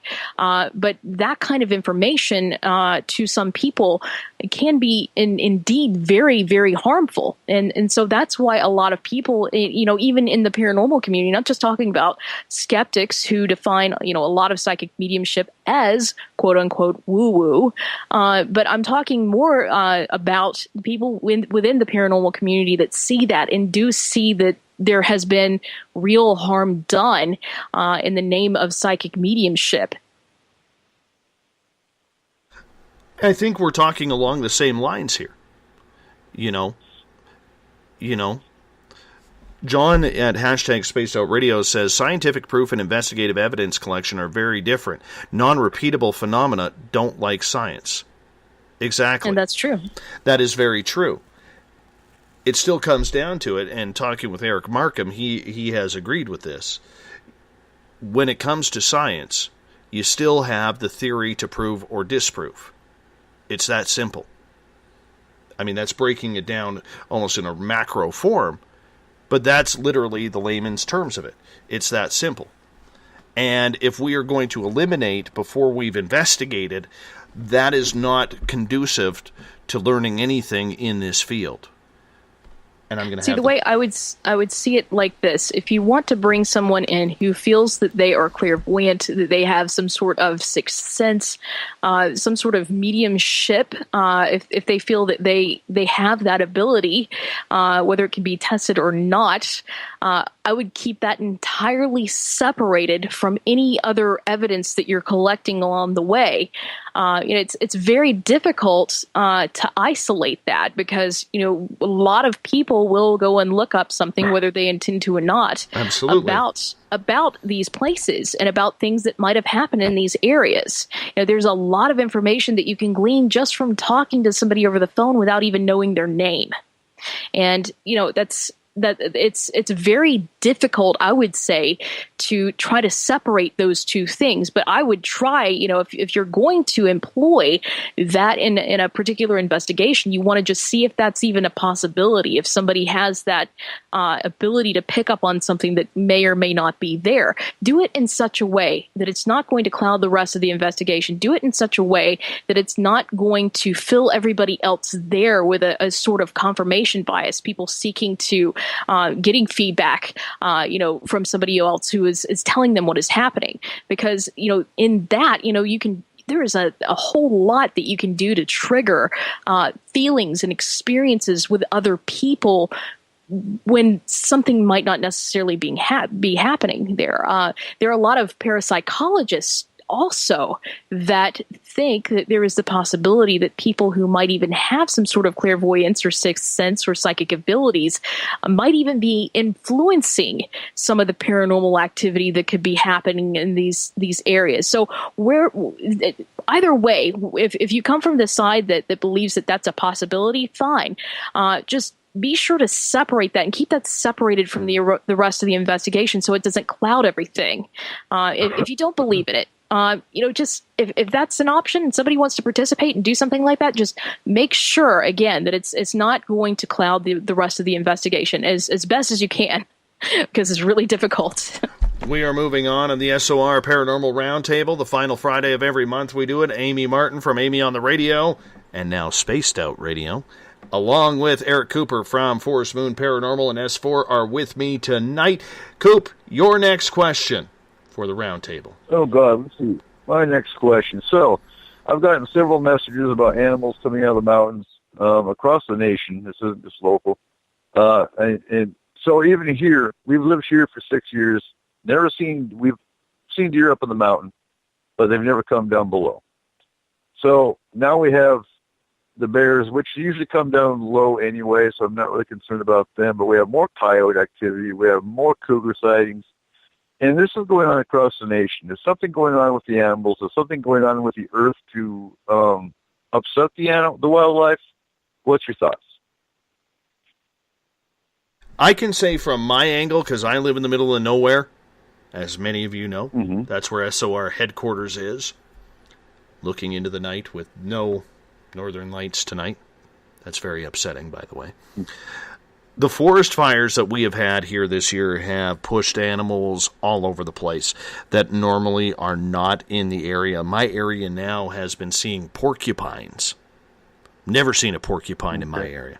So with the forest fires being so tremendous this past summer and ruining so much habitat, I think it's because, and even you being on the West Coast, I mean, east of you, there were some very powerful forest fires in the last year. South of you in Washington, Oregon, California, Utah as well.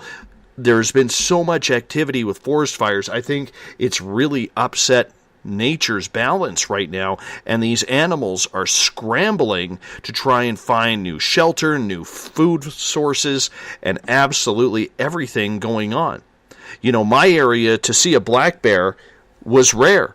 And people in my area now are seeing black bears, and not only that, black bears with cubs wandering around our areas.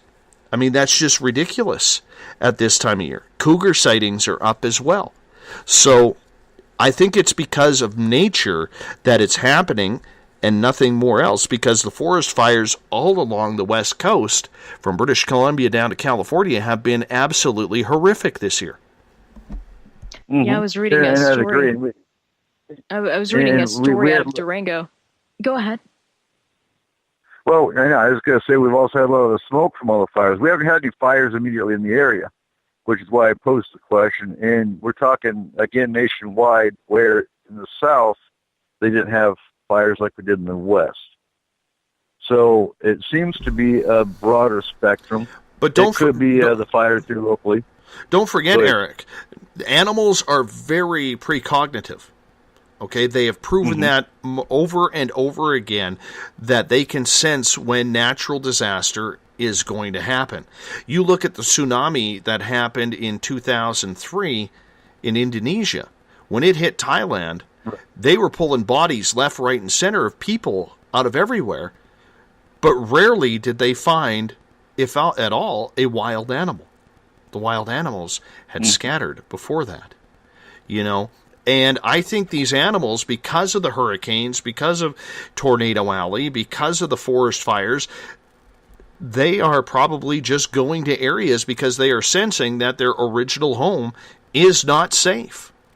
And animals are smart that way. If you see it, put it this way, if you see your local animals, wild animals carrying suitcases, like they are buzzing off, it is time to leave, humans.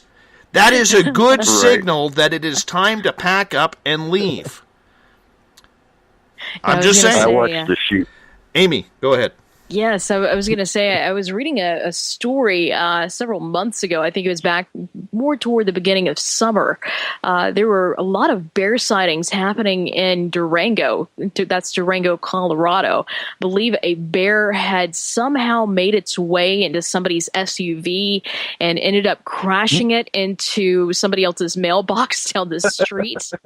But the reason why they said that you know, I guess they've become overrun with bears lately is because I guess there was just a lot of unseasonable weather, and for some reason the temperatures did not become high or low enough to produce a yield of natural food for the bears, like berries and things, and so they were venturing into human territory to try to seek these things out. I fully agree. Yeah, and those are good points, too. Those are good points. So yeah, in that effect, I guess, you know, if you want to look at it and say, and I don't know if it's been confirmed in that particular area as being attributable because of climate change, you can see it that way. But I mean, we talk about the weird weather all the time on my show. Well, I think it's natural. That's what animals do. They know the area much better than we do. Unless you're Bazooka Joe in my area, who, you know, carries his bazooka and RPG, you know, to go out looking for grouse. You know, that's just what he does. But, why? You know, why? Well, you know, I mean, would there be anything left at that point? Well, you know what? He finds the odd wing or something to gnaw on. That's what Bazooka Joe does. Him and I have the Sasquatch gifting site together. And, I got to tell you guys, I don't think I told you this. When Bazooka Joe and I went out to the gifting site the other day, and by God, it felt like we were being watched. And he's, you know, him being a guy who's, you know, been wandering around these mountains for like 30 years, you know, with his bazooka RPG, his saw machine gun, you know, anything that he can get his hands on, you know, he picks up on things very, very quickly. And when we walked in there, man, did it ever feel like we were being watched. Don't know by what. Have no idea. I'm not about to say, yeah, we were being watched by Sasquatch or anything like that. But man, did it feel odd. Just felt small in the forest. And rare that it feels small. But anyways. All right, Amy, time for your question. Yes. Okay. Let's see. Where do we want to go here? In either of your opinions, what is the spookiest place you've ever visited? My mother-in-law's kitchen. My ex-mother-in-law's kitchen. I never knew. I always had to get my ex-wife to test the food before I ate it. How many heads did you find? That woman is scary. That woman is scary. You know, seriously though, scariest place I ever lived in or been in. I used to, back in my early 20s, I was a hockey instructor. And I worked at this training facility. So if you take a hockey rink and you shrink it down to about 2/3 the size, that was the size of the rink. And part of my job was to take care of the rink as well. And there was always strange things going on in there. Like, it was absolutely scary in there. I would literally call my friends up at like 11, 12 o'clock at night and get them to talk to me on the cell phone just because I was scared to be there. Like, just weird things that would happen. You know, we had a fire in there when our ice making machine blew up. It was brand new. The company that built it had never had that happen before. You know, I'd be cleaning up the dressing rooms, and I have witnesses to this. You know, the sound of a hockey puck makes a very distinctive sound when it hits glass, like the glass around the boards. So nobody had been on the ice for like half an hour. And all of a sudden, and there was only 3 of us in the building, and, you know, my 2 friends and myself. And I'm cleaning up the dressing rooms and hurrying up because we're going to the bar. You know, I'm like 21 years old. It's a Friday night. Got to go to the bar. Got to hurry up so we don't have to wait in line. And all of a sudden it sounded like people were shooting hockey pucks against the glass. Weird things, like I'd be upstairs cleaning up and everything would be locked up. All of a sudden I would hear the downstairs door unlock and then close and then relock, and then footsteps on the tile down below to come up the stairwell to the training area and the viewing area. And here I am. I'm like, hello, and there's nobody there. It was the scariest place I've ever been. And it's still, like, even talking about it gives me the chills. Well, hands down, Dettelbach, Germany, in the apartment we lived in. We lived above a Greek restaurant, and you would go in the cellar or the basement, and it was a dirt floor, no lights, it was dark. You could hear children whispering and giggling, which to me, that's the worst. But up in our apartment, you could you actually feel watch taking a shower. Nobody's in there. It's a whole separate room. We'd have a completely clear sunny day, and a breeze would come out of nowhere that smelled like pure garbage. Cold water would boil. I mean, for those that know those signs, the pictures would move on their own. And in talking to a spirit that was in the apartment, there were several spirits that stayed hidden because there was one malevolent entity that resided there. The building was 100 years old, or actually over 100 years old, I believe. And the owner of the building back 100 years ago, he was the town butcher, and he butchered children. And there were actually hooks hanging from the ceiling in this cellar. So I have no doubt. But this was back in 2001, before we even started clearing spirits and whatnot. So we moved. And we've talked about this on the show before, in that, you know, I think the U.S. government is the only closed-minded government. We went to the German housing, because I was in the Army. So we went to the Army housing, which is run by the Germans. And we told the Germans that, you know, we have a Geist. And the response by the Germans, like, oh my God, you have a ghost? Oh, you don't go back. You move. We get you into housing here on base. Like, cool. And we didn't go back other than to pack out. You tell that you go to Army housing in America, run by Americans, they would laugh you right out of the building. Guaranteed. But hands down, that was probably the scariest I've been in as far as location. How about you, Amy? I've got a few places in mind. There was, of course, the antique store that my folks They owned and operated for a while. And I used to hear when I was in there alone, because sometimes my mom would go to, it was kind of like an antique mall. So there was another antique store next door, but that was the only one there. My mom would occasionally go next door to talk to the other owner in the building, and I would be left to tend the store because it was, it was kind of accepted to do that sort of thing back then. And so I was tending the store, and I was in there. There were other rooms in this store area, and I would hear plates rattling sometimes. I had this little room that my mom let me set up some things to sell, like little things I would find when we go out antiquing. I would just sell little trinkets and things like that. I had this bucket of marbles, and it sounded like one day somebody picked up a handful and was just dropping them one by one into this bucket.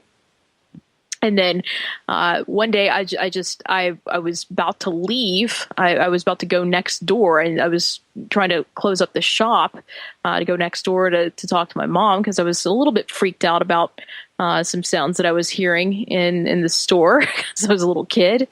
And I went to go next door, and this door just slammed on my finger. It was just kind of out of nowhere, and I wasn't really expecting it. My finger got stuck in there, and my mom, she kind of freaked out about it. And we went to move some stuff in the store. There was this huge dresser kind of thing, and it always smelled like tobacco smoke. I was kind of fond of it because you open the drawers and it just smelled like a cigar box. It was really interesting to me. But we went to move this dresser, and on the back of it was stamped Undertaker. And so I don't know what connection my mom felt there was between that and I guess my finger slamming in the door, or the door slamming on my finger, but they decided to get rid of that thing, and they tossed it. They tossed it in the trash. So there was that.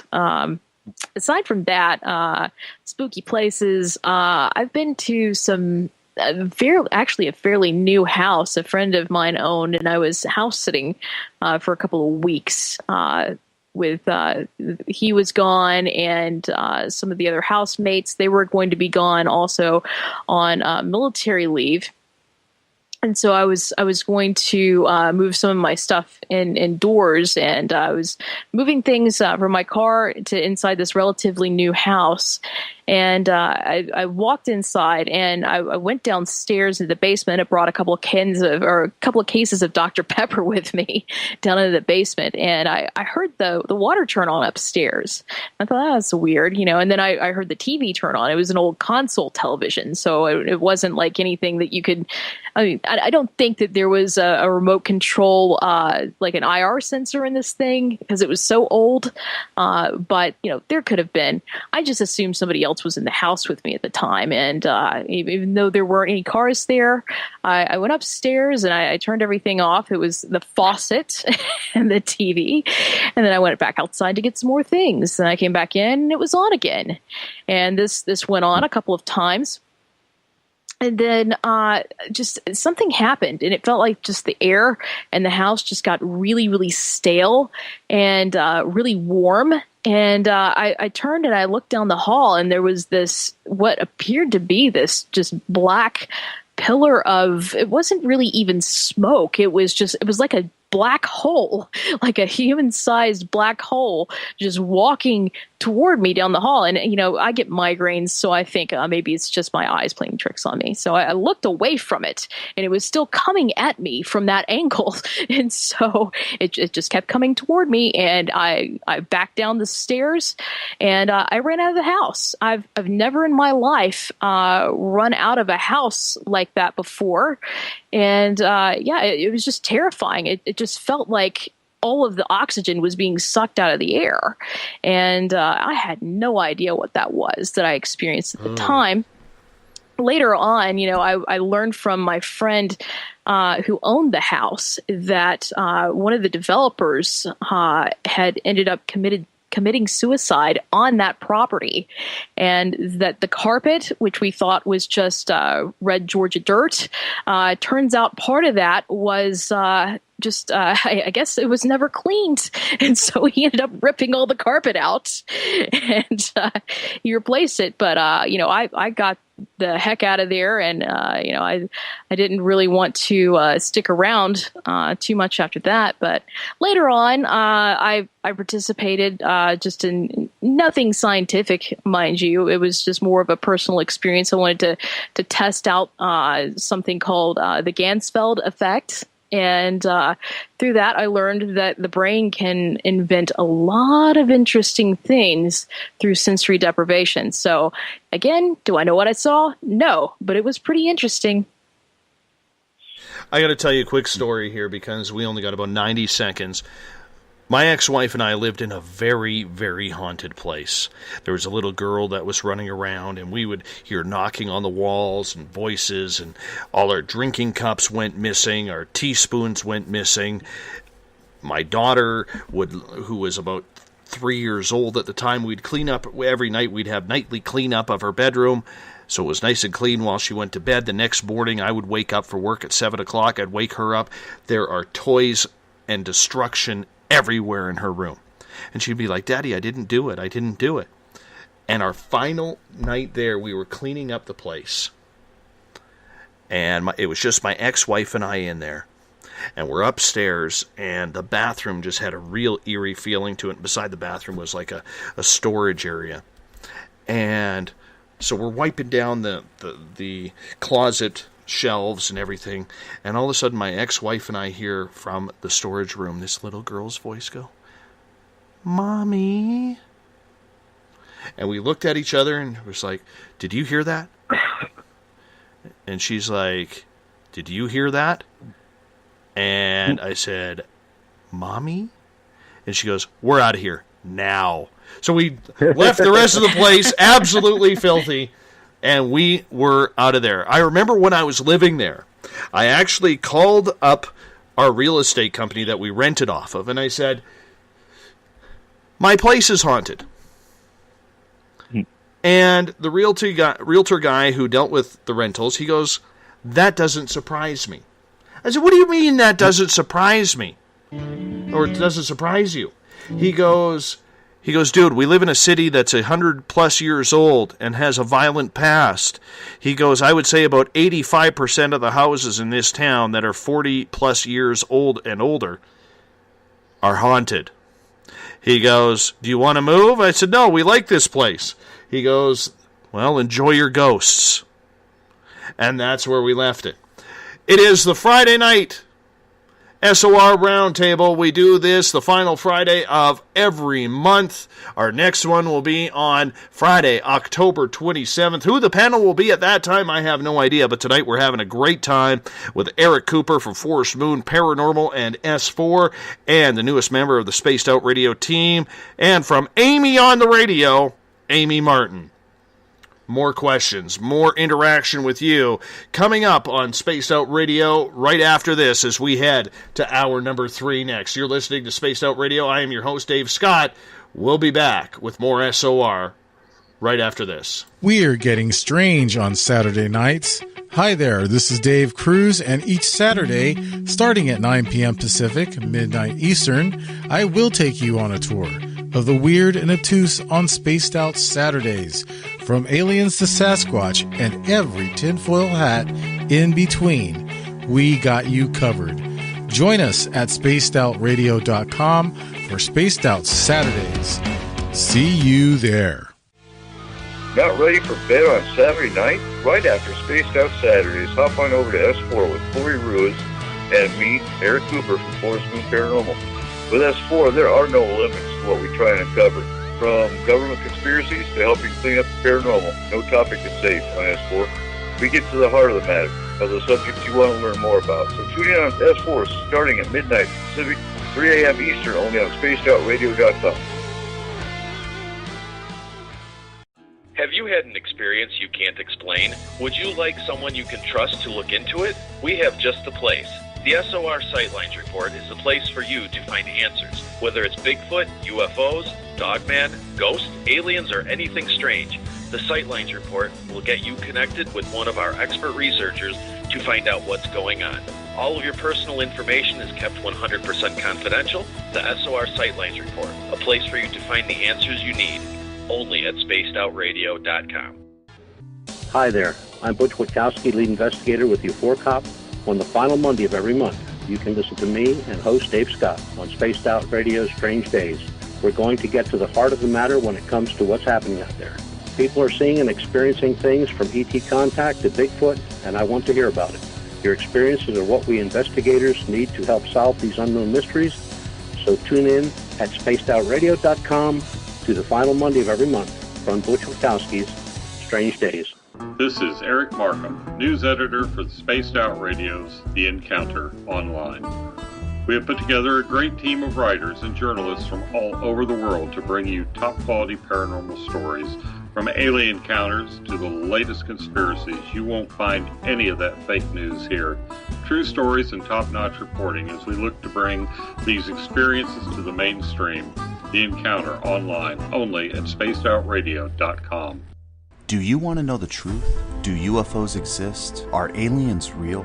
Are the governments hiding the biggest secret in history? We're UFO seekers, and we're on a hunt for the truth. Subscribe to our YouTube channel and follow along with us as we journey across the United States, visiting UFO hotspots and alien hotspots, trying to document the UFO phenomenon.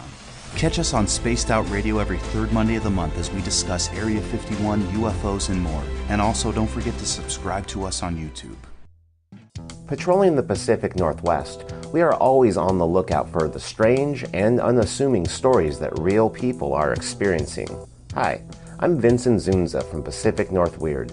Me and Alexandra Sullivan have teamed to bring to you those odd stories that never seem to make it into the mainstream. Stories so weird that will leave you scratching your head wondering, is this real? It's as real as it gets with Pacific North Weird. You can watch our videos right here at spacedoutradio.com. Become more intimate and interactive with Spaced Out Radio. Join our Space Travelers Club with your new membership. For $5 a month, we'll provide you with special access to the website, monthly prize draws from books to psychic readings, along with monthly newsletter, private interviews, and more. Sign up today to be part of Spaced Out Radio's experience. Looking for a place to advertise at a very reasonable cost? Look no further than Spaced Out Radio. SpacedOutRadio.com has an advertising tab that you can click to check out our daily, weekly, and monthly packages to play on the radio, or our website including social media. From commercial spots to banners, we have it all. Check out our competitive pricing today. Don't have time to listen to Spaced Out Radio live?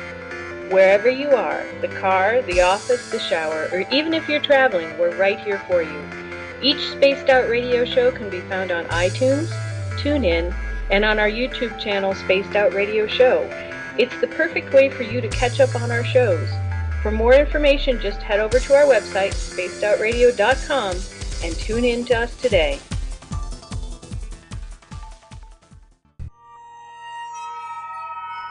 You hear footsteps in the empty room above you.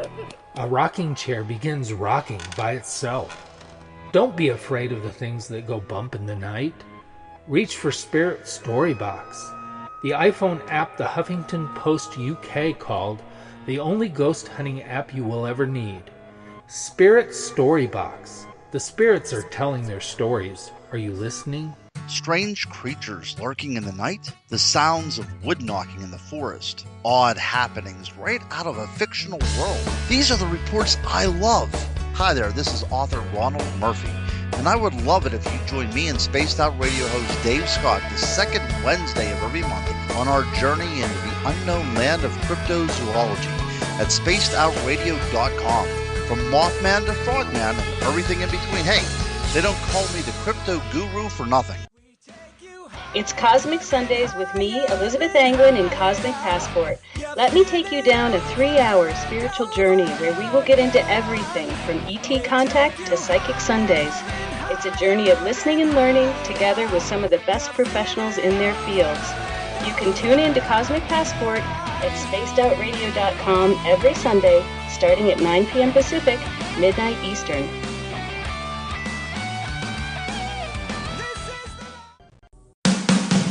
The views and opinions expressed by tonight's guest and topic of discussion do not necessarily represent the official policy or position of Spaced Out Radio, Spaced Out Weekend, Spaced Out Radio Limited, its hosts, syndicated carriers, or anyone associated with this broadcast. You're listening to Spaced Out Radio with Dave Scott. Follow Dave on Twitter at Spaced Out Radio and hashtag Spaced Out Radio, and on Facebook, Spaced Out Radio Show. Now, back to the program. Welcome back to the third and final hour of Spaced Out Radio tonight. I am your host, Dave Scott. Good to have you along for the ride. Tomorrow night, Dave Cruz is needing a night off, so we're going to play a network replay. I will pick the show tomorrow night. Hope you all sit back and enjoy. It's going to be one of our better shows, and the chat rooms will still be open, so we'd love it if you guys come on in and check it out. 9 p.m. Pacific, midnight Eastern Time at spacedoutradio.com. We want to welcome in everyone listening in on WQEE 99 Rock the Key down in Newnan, Georgia, home of The Walking Dead. We are live as well on the United Public Radio Network, 107.7 FM in New Orleans and over 160 countries around the world. Great to have you with us as well. We are live on KTLK, The Fringe FM, Renegade Talk Radio out of Las Vegas, and if you're listening in on Revolution Radio, remember the Double R Machine is a donation station financed by you, the valued listener. Head on over to freedomslips.com and donate today. Bill Cardwell has set the password for tonight in the SOR Space Travelers Club. I have no idea what the hell this is. Borbor Igmi. Bobori Igmi? It's B-O-R-B-O-R-Y-G-M-I. How would you pronounce that? B-O-R-B-O-R-Y-G-M-I. Amy, how would you pronounce that? I don't know, but resistance is futile? Yes. Boborigmi. Boborigmi. Something about the Borg? I don't know what it is. I don't know. Coop's not even trying. He's scared of it. He's cowering right now. But that's okay. No, I'm going up to look. Oh, okay. All right. Bill sends a password each and every night right here on the mighty SOR. If you're a space traveler, use it wisely. If you want to follow us on social media, you can do so on Twitter at Spaced Out Radio. Use the hashtag Spaced Out Radio. If you want to connect with me live during the show, give our Facebook page a like, Spaced Out Radio Show. You can also join us for live chat on the SOR Space Travelers group. Just sign in to that group. We'll add you on in. We're also on Instagram, Dave Scott, SOR. You can listen to us on iHeartRadio in the United States, TalkStream Live, tune us in on TuneIn, download this show and others on iTunes. Our website is spacedoutradio.com, where we have a plethora of features for you, including joining the SOR Space Travelers Club for $5 a month, rock out to some Bumblefoot, shop at our store. You can also watch UFO Seekers and Contact TV videos and so much more. Everything at spacedoutradio.com. Amy on the radio, Amy Martin and Eric Cooper from S4 and Force Moon Paranormal are my guests tonight. It's the final Friday of the month, which means we're doing the SOR Paranormal Roundtable. What the questions are, we have no clue. We just make them up on the fly, and you guys just sit back and enjoy the discussion, the debate, and so much more. Amy, how are you? I'm doing great. How are you, Dave? You know what? I'm having a good hair day. I'm having a very good hair day. That's good. And how are you doing, Eric? I'm doing good. I got to say, the password is Borborigmi. Borborigmi. Borborigmi. Borborigmi. Yep. Borborigmi. Thank you. I appreciate that. I had to go look at it. Yeah, that's Borborigmi. What the hell is Borborigmi? I have no freaking clue. I'll tell you, though, that is one hell of a score in Scrabble, though. Ain't it, though? It is. It is. Borborigmi is your password for tonight. All right. I guess it's my turn for a question, because we just had yours. Amy? Yes? All right. So here is mine. Oh, I got so many topics here that I want to choose from, and I don't know what we'll get into. All right. I'm going to go with something that kind of pisses me off. Okay? All right? Which one? Well, this one actually doesn't have anything to do with the paranormal. It's just mankind in general. Mm-hmm. All right. 2 days ago, Hugh Hefner died. And I don't think any of us could say that he's gone to a better place, just for the record. You know, I mean, he had his own paradise right here. Now, of course, he was known as a player. He was known as a sexual activist. He was known as someone who brought sexuality into art and mainstream with Playboy magazine, of course, for over 60 plus years. He's someone who flaunted his lifestyle like all of us, especially men, could only dream of. However, you know, there were some who were very critical about the way he treated and portrayed women.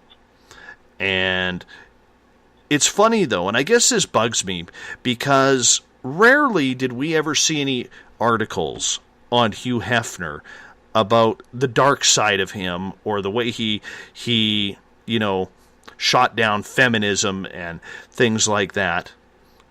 I mean, people will say he was the start and the reason of the sexual revolution. You know, there's a lot of debate. But it just seems like all of a sudden he dies. And we see this, and I'm using him as an example. But we see this so much that when someone dies, all of a sudden we're kicking the people who cared about him or that person when they're down. You know what I'm saying? All of a sudden there was this flood of articles on my Facebook feed about everything that was wrong with Playboy, everything that was wrong with Hugh Hefner, how he treated women, how he did this, how he did that. We don't know. We don't know. I don't know because I wasn't there. All I know is that, you know, as a young man, Playboy was influential, shall we say, in growing up and becoming a man. Mm-hmm. Do we kick too many people when they are down or deceased? Eric? Yeah, hands down. I mean, they're not there to defend themselves now, so, you know, yeah, all the haters come out of the woodwork because, well, the guy's gone, the guy's passed on, and now we can talk crap about him because who's to defend him? You see it all the time. And on the other side of it, you see, you know, the followers and the people that loved him before they died, you know, jumping out doing memorials and boosting him up. You didn't see that so much with Hugh, though. But, yeah, once they're gone, they can't defend themselves or explain anything. Yeah, it's easy for anybody to jump up and put them down. Amy, what do you think? Well, I feel like you know the response when someone dies, be it negative or positive, is a way of society trying to cope with this person's absence, their sudden absence, and how they will remember them historically. And you know, a lot of people choose to reflect upon somebody who has died they didn't really have a positive or a negative association with. You know, myself, I didn't know him personally. I didn't read Playboy. But I did find out that there were a couple of disturbing things that sort of came to light after he died. One in particular about the nature of his final resting place. And I did find out that I didn't know this before, that he had acquired the rights to Marilyn Monroe's nudes and published them and very nearly ended her career. And that was, you know, of course, the first edition of Playboy. And, you know, after she died, I guess I don't know what amount of time had passed after she had died. He decided that he wanted to purchase the burial plot in the vault. And I think it's the Hollywood Forever Memorial Gardens out there. I've not been there personally, but he ended up purchasing the burial plot beside hers. And there have been people that say, well, you know, they take this perspective like, wow, you know, what a man, what a life he lived. And yes, the man did really live, you know, and they see his final resting place beside Marilyn Monroe as sort of this, I don't know if a crescendo or whatever, but they see this and they think, well, wow, that's the final note for his life. You know, what a man he lived. And then there are other people that see that see him as this guy who preyed upon someone who he had never met, purchased her nudes, put them out there publicly, and, without her consent, and then decided to be buried beside her and, spend eternity with her. There's some people that see that they see him as sort of in that regard as sort of a necrophile. I don't know how much of a necrophile you can be if you're already dead. So, at this point, it's a society looking at his actions when he was alive, and they're just trying to figure out how they want to remember him. I get that. Criticize him when he's alive. You know what I'm saying? Like, for instance, the rules he had for his bunnies who lived at the Playboy Mansion. They had a curfew of 9 o'clock. God bless him for this being in his 80s and 90s when this happened. But twice a week, part of their contract was they had to participate in group sex. I can see where it's a little demeaning, but these ladies didn't have to sign the contract. You know what I'm saying? They didn't have to sign the contract. And no, he took care of them, for the most part. Yeah, but he also ruled them with an iron fist. I mean, I think that's the point that they were getting at. But, I mean, he also felt he had an image to portray as living the life of every man, that every man has pretty much wanted, right? Except maybe accountants or librarians, right? Total hedonism. Exactly. I wouldn't say that that's the life that every man wants, because I don't think that that's the life that every woman wants either. Well, I would say it's about 94.2% of all men, and that is, or let's say heterosexual men, maybe some, in the other way. But I mean, that's why I gave up accountants and librarians. I think that's I would say that there were many more men who are not accountants and librarians that don't see that as an ideal. Must you give me a reality break here? You're way too new to give me a reality break. I'm sorry. It's we live in two different worlds, I guess. I know. You're a woman. I'm a man. You're Canadian. I'm American. Potato. You have an accent. I don't. Do I have an accent? No, actually you don't. Ooh. No, you don't. Sometimes I have an accent. Sometimes. I mean, you are from Oklahoma. Not originally. I'm originally from, I grew up in Georgia. Yeah, well, I grew up in British Columbia, and I'm still in British Columbia. Once again, thanks for bringing out the boring factor in my life. Appreciate that. I wouldn't say that's boring. No, I just moved north. That's all I did to get more boring. Honestly, what is here? I mean, I think on my street corners, there are people who pull tape out of the dispenser who think that's entertainment. That's about the excitement that happens here. Besides the odd moose running down the road, which has happened. See, that's cool. I've never had moose run down the road in anywhere that I've lived. Absolutely. I think the closest I ever came to something like that was elk outside of my tent at the Grand Canyon. And by outside of my tent, it sounded like they were inches away when they were really probably about 40 feet away. Absolutely. Corey in the Spreaker chat room says, I find it's the same people that kick people when they are down or dead that are the ones that are the keyboard badasses, but not in your face. What do you guys think of that? I agree.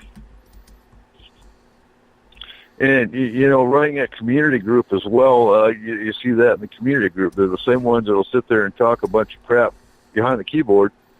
And when you confront them about it, they back off real quick.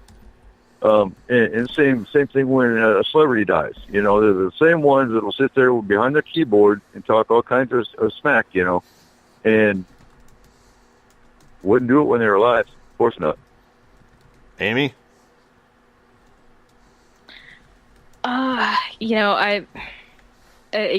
I just see it as I see, people trying to reconcile, what kind of a person he was, because they're trying to remember him historically, and whatever anybody tries to say about him, personally, if they want to address it on a personal level, or whoever they choose to represent. I think that some people see it as a battle for the history books. Other people see it as just their own way to remember. I just feel like it's just a part of the natural process. Whether you see it as grief or not, somebody died, and that's us, just trying to reconcile our own mortality and the kind of people we are and who we choose to live to be, versus how we see other people respond to somebody else. Let's move on here. Coop, your next question. Oh, my next question. Oh, my goodness. We're just going quick. So, are UFOs on the rise? So, we had craft here 2 nights ago. Markham and Elizabeth encountered UFOs over Shasta as well as in Nevada. And do we think UFOs are on the rise? What are your thoughts?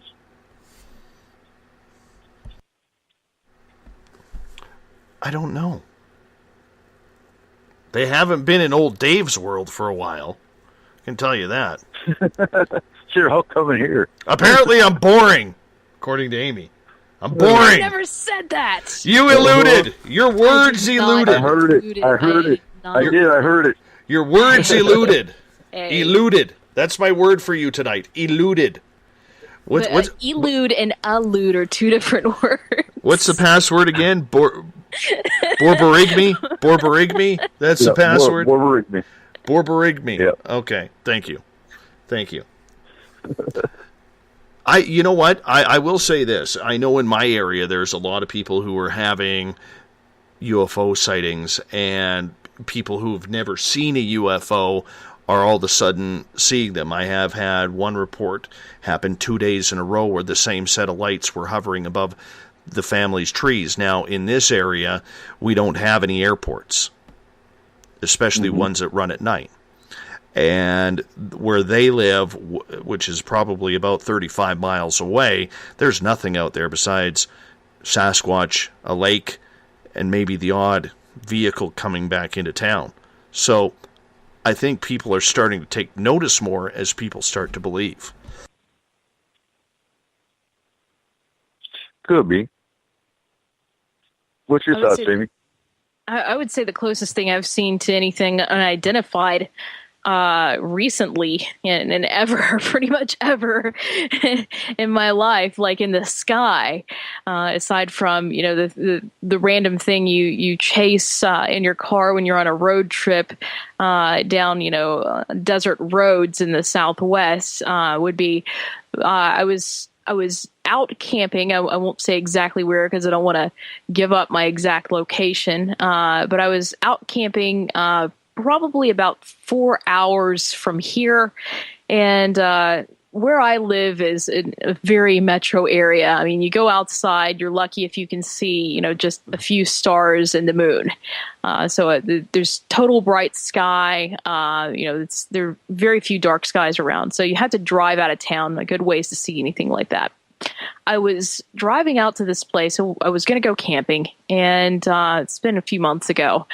I was on the way. It was getting kind of late and realized I was going to be setting up a tent in the dark.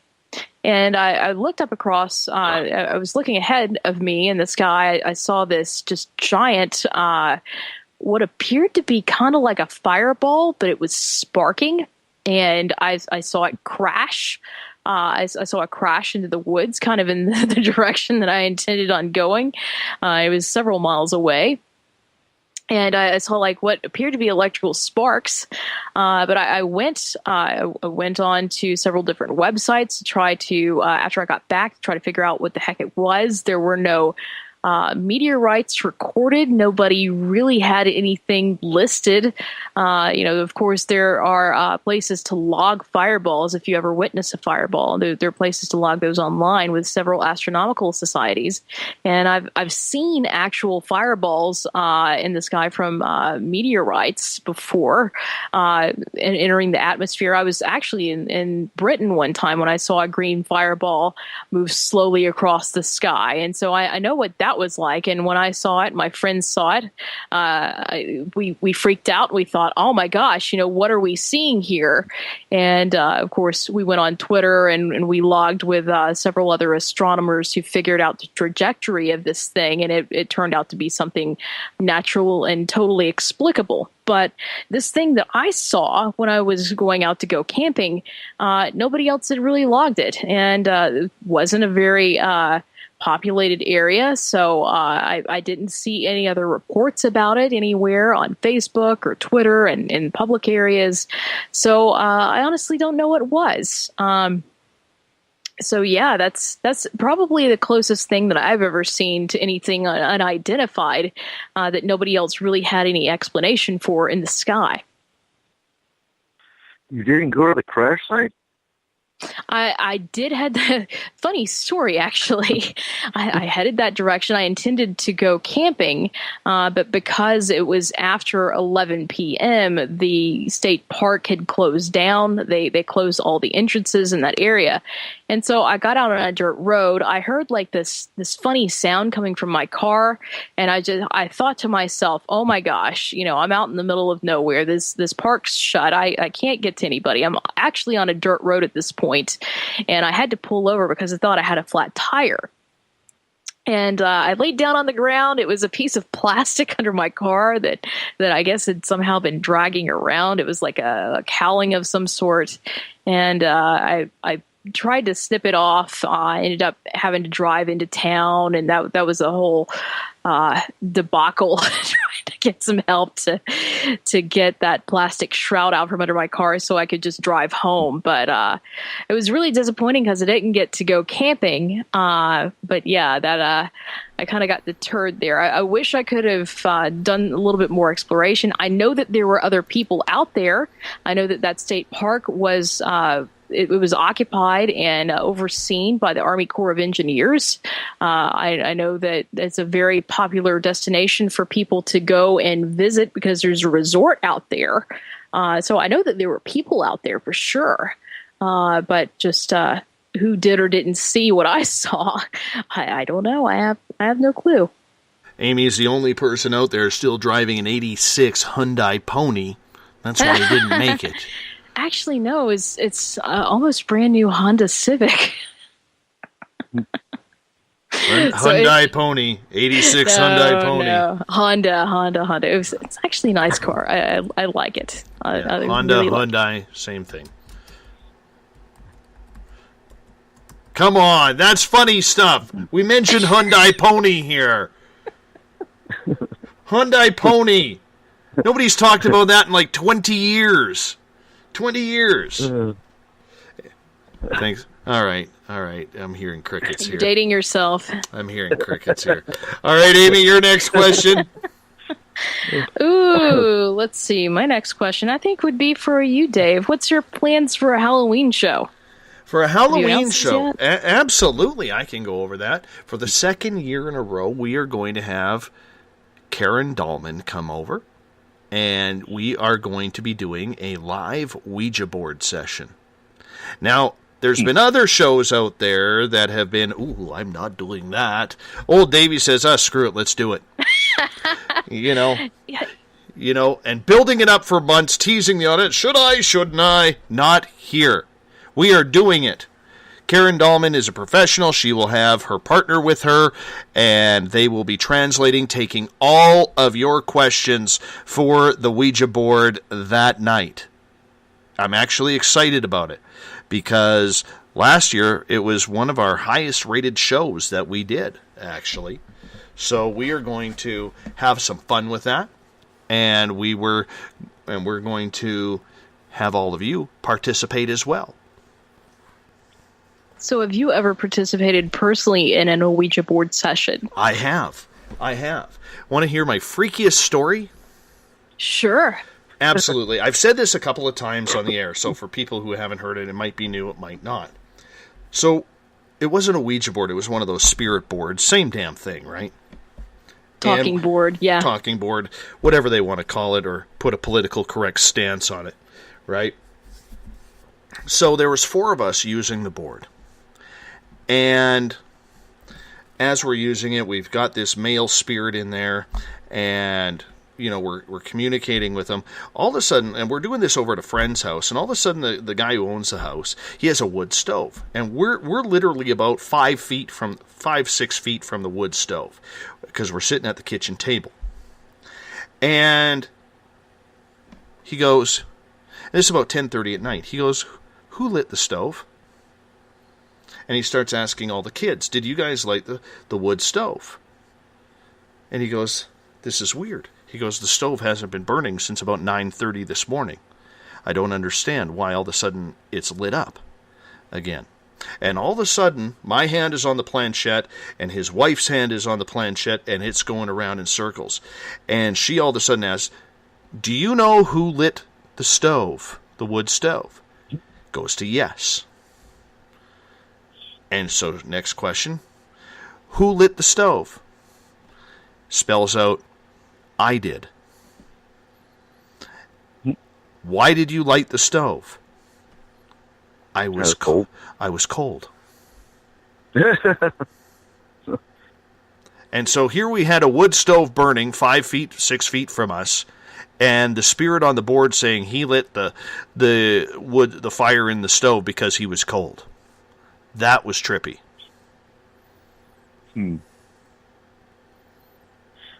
Well, yeah, that is a little bit weird. October 28th, because we're a Saturday show, we're going to talk about the veil and paranormal activity on Halloween in general. And we'll have our medium on the show, and of course Markham and Keith, our whole panel, and we'll sit and discuss the veil and paranormal activity on Halloween in general. That'll be what we'll talk about. Amy, are you a big believer in the Ouija board? Well, if you ask me if I'm a big believer in anything, I have to say no. I don't like to have. I don't like to try to have a belief, because that tells me that my mind's made up about something. I like to stay open-minded and agnostic about things. But so far as the talking board or a Ouija board, I have played with those before. It's interesting things. I've had I've sat sometimes with other people for well over an hour and have gotten absolutely nothing. I find that, if you have your hands, I guess, loose on the planchette or the glass or whatever you're using to guide you, then that I guess that allows you to give in more to like micro movements and things, and just I guess, it's really hard to say whether or not someone might be able to personally manipulate these things and not know it, because, of course, you're with a group when you're doing this. And, secondly, you have a board that has, fixed letters on it. Everybody knows that, yes is going to be opposite from the letter Z. I mean, you pretty much know your way around the board if you can read the alphabet. So you might be able to discern things that way and subconsciously influence it, perhaps without your intent.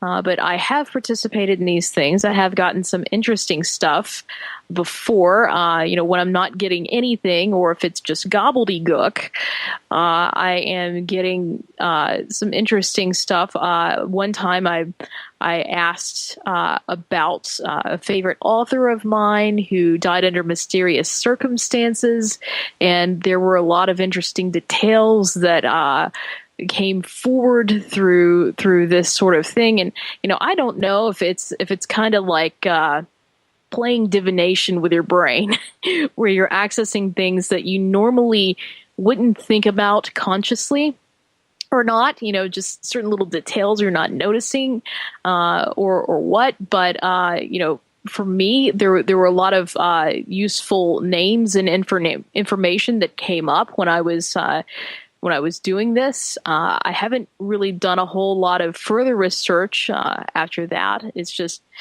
for me, I guess it's a matter of not having a whole lot of time to do things like that, and knowing that there are ways to influence that. To me, I don't think that is necessarily a very valid way to prove to myself whether or not there is some sort of other realm. Or driving a Hyundai Pony. But that's for another story. I know a lot of people have their opinions of Ouija boards. I don't look at it as much different as people using pendulums, people using their own psychic abilities or dowsing or anything like that. I don't have an issue with them. I don't think they're as evil as people think they are. I think, much like anything, you have to use it with a little bit of skepticism and a heck of a lot of protection if you're spiritual and believe in that stuff, like I do. Unlike the Hyundai Pony person. So, anyhow,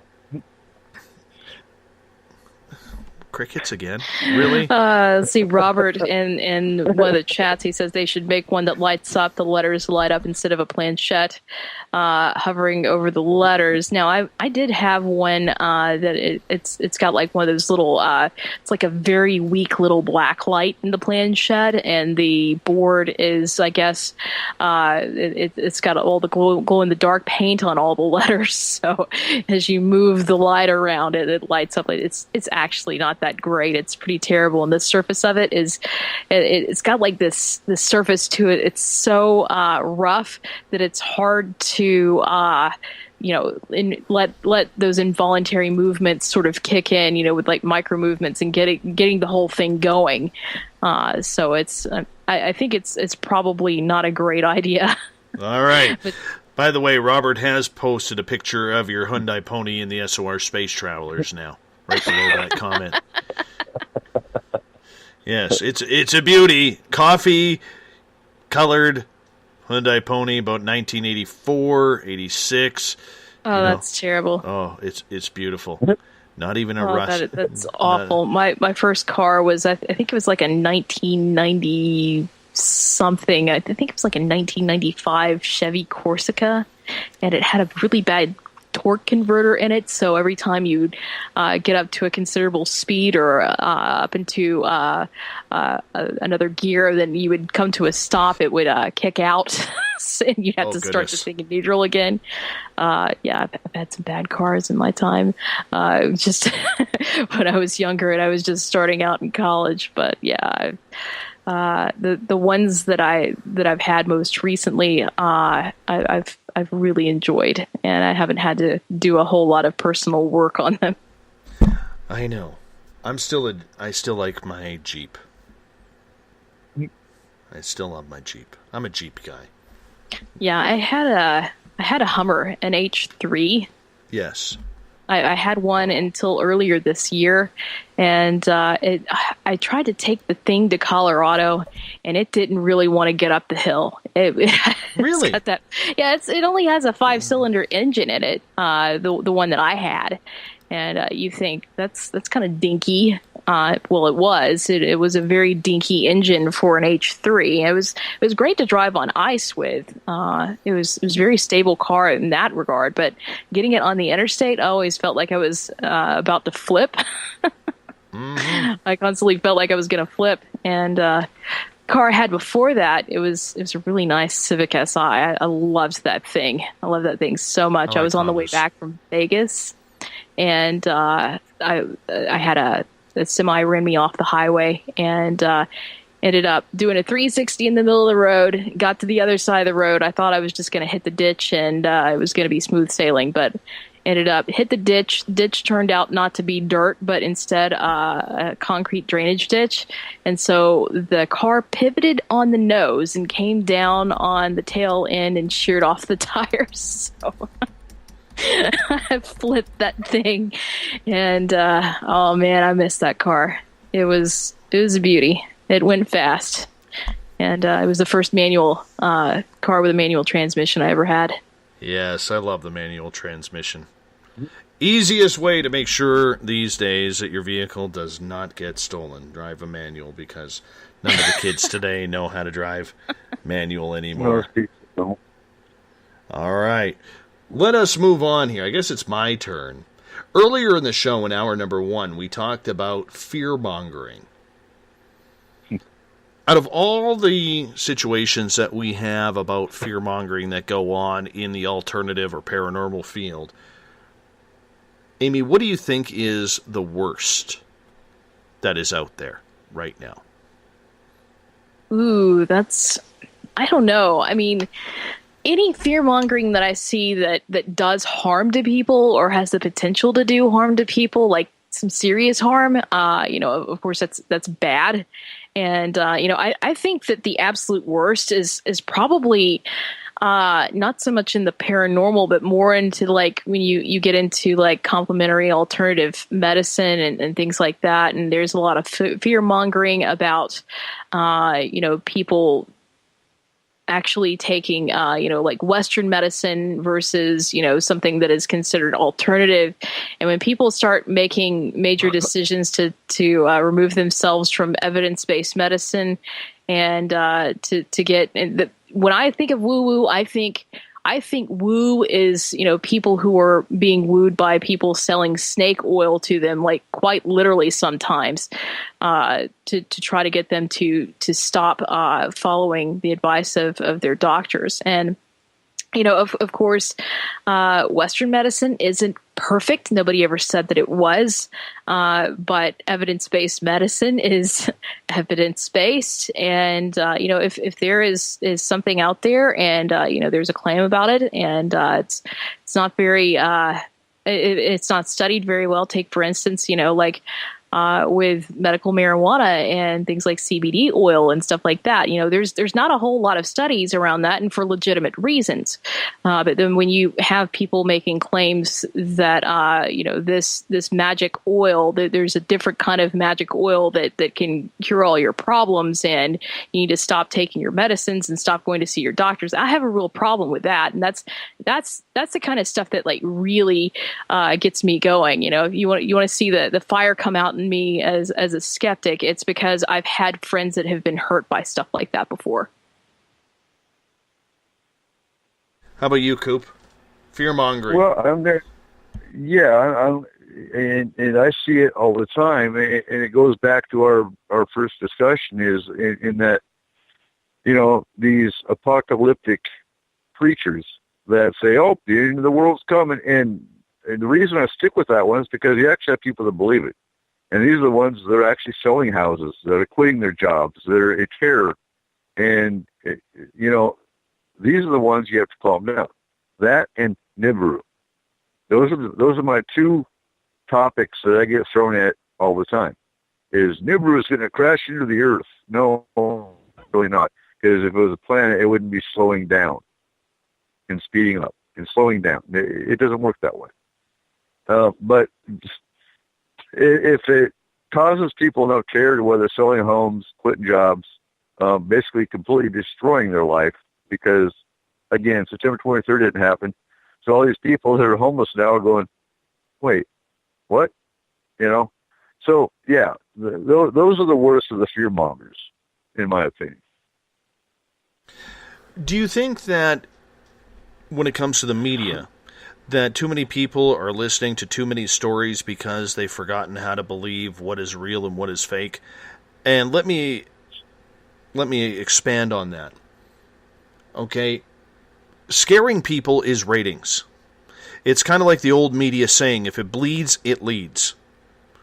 And the way people are falling for this fear-mongering, whether it's the end of the world as we know it once again, whether it's, we're coming to take your guns, whether it's, UFOs are going to invade and they're going to take over the world, Nibiru, whatever it may be, so many times we see people out there buying up and eating this crap up like it is going out of style. And in my opinion, I think the alternative media is to blame for that. because we allow a lot of it to happen. We're processing a lot of that garbage. And a lot of that is trolling too. You have people that want to just test, I guess, the level of belief and the following. They want to test the social aspects of people and to see how far it will go. And there's been a lot of that particular type of testing done in the past through message boards. And that's, that goes back all the way through the 90s. People that are interested in that. Our own government has been, I say our own government, I mean, the American government has been very interested in, I guess, the psycho and social dynamics of these little niche communities and, what it takes to spin a good tale and to what degree and how people and why people believe in certain things. There have been incidences that have been evidenced that, where people have gone in and they've concocted, part of a story, and then they've just seen exactly how far it will go. And then I want to say that it was a few years back, there was a skeptic that made something along the lines of a comment that it had something to do with, I don't know if he was actually making a bet or if it was just a flippant comment, because before, it was just kind of like, in comparison, what you believe in, it would be like believing in flat Earth, and everybody can agree that flat Earth is, a dumb idea, and we have more than sufficient evidence that the Earth is not flat, and and that the Earth is not the center of the universe. But since then, there have been people, and I don't know if it started off as a troll thing, but, there are people out there that stick to their guns and they make this claim and they're very fierce about it. And what grips me is their ability to lead and sway people on social media. It's not just, a small group of people, it seems. It seems like they've got, just a sway over several different people, and they've realized what it takes to sway and lead certain people. They kind of understand the nuances and the psychodynamics of, starting these cult movements online. And it's rather disturbing because to me, somebody who looks at that from the perspective of someone, just coming at it from, like an information security perspective, you've got a group of people who know how to socially engineer others. And when you see social engineering happening on a more widespread basis, you have to step back and ask yourself, is there something a little bit more nefarious going on here? Are there a lot of people who know, what the hell they're talking about and what they're doing out there starting, this bunk online? Are they starting these just outrageous claims and seeing just how far they can take people on that ride? You have to ask those questions. I mean, it might not be happening at all, but it seems to me that there could be something else going on there. Well, and Robert's bringing up the point in the chat room, how many of the sales divisions of corporations make this crap up to get specific sales of certain products like bottled water, toilet paper, batteries. Now, one thing to look at is put David Meade under under a microscope. See if he's got stock in survival gear. See if he's got, why is he spreading fear on a pretty large scale? So, I mean, he actually hit news. He actually hit normal media as well as YouTube. YouTube is a bane for a lot of this crap. So, yeah, if you wanted to prove that theory, take David Meade, for example, the one that's predicting, the numerologist evangelist that's predicting the end of the world, and see what he's got to gain or lose from spreading this fear. Paychecks. Lots and lots of money. People devoting, people taking their incomes and throwing it at him. I don't know. I would have to look further into the movement, but I do know in the past that, like with people who have been like televangelists and faith healers and stuff, they carry a huge following. Some of them carry so much a following that they find it an inconvenience just to cash a check that's only maybe like a $20 or under check from a follower. They only go for the big bucks, and you just have to look for these things. Look for the more obvious signs. But if you're looking to question what's being put out there in the media, always question, where did they get that source? Is that bad journalism? Is journalism going to be, is it going to be uniform across the board? And the answer to that is no. And yes, the media has picked up on, a lot of stories that have been, sourced from poor places. A lot of it, some of it has not been very verifiable in some ways, and a lot of people do come forward and they ask to remain anonymous for certain reasons, but. Going back to, all of these things and these just crazy movements of people believing that the world is ending, I think that, again, the best thing that we can arm ourselves with is critical thinking and just to stop and be, just a little bit skeptical of everything you hear. Well, how did they get that information?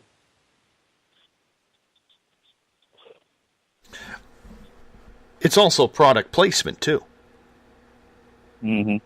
It can be. Some people, and again, I know you don't like the word woo-woo, but there are people who take, they have, and again, when I hear the word woo-woo, I think of people peddling their wares, and it's usually something along the lines of, some magic oil or some magic, like some blessed amulet or, like a magic wand. I'm not kidding. There are people out there that sell, these things that they believe they have blessed or put some sort of magic thing onto, or, crystal, this, that, and the other, things that don't necessarily have any evidence for helping someone or what have you.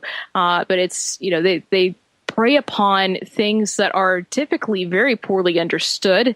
If there's any mystery to anything, there's usually like at least a half dozen people out there trying to sell you some sort of remedy for it, or something that will help you tap into it. So, and that's what you see a lot in the paranormal community, and you see it in other areas too. You see it in areas of neuroscience. There's a lot of woo woo in neuroscience. There are people out there that try to sell you on these things because they're poorly understood, and whether they believe in it and or not, those are, it's not really your place to judge, but you just need to put your thinking cap on and go, okay, well, why are they trying to profit from this? What do they aim to gain? Absolutely. And I hate to cut off this conversation, but Amy, we got about 7 minutes left. I want you to get your final question in for the night. Oh, my final question in for the night. Let's see. And the final question of the night.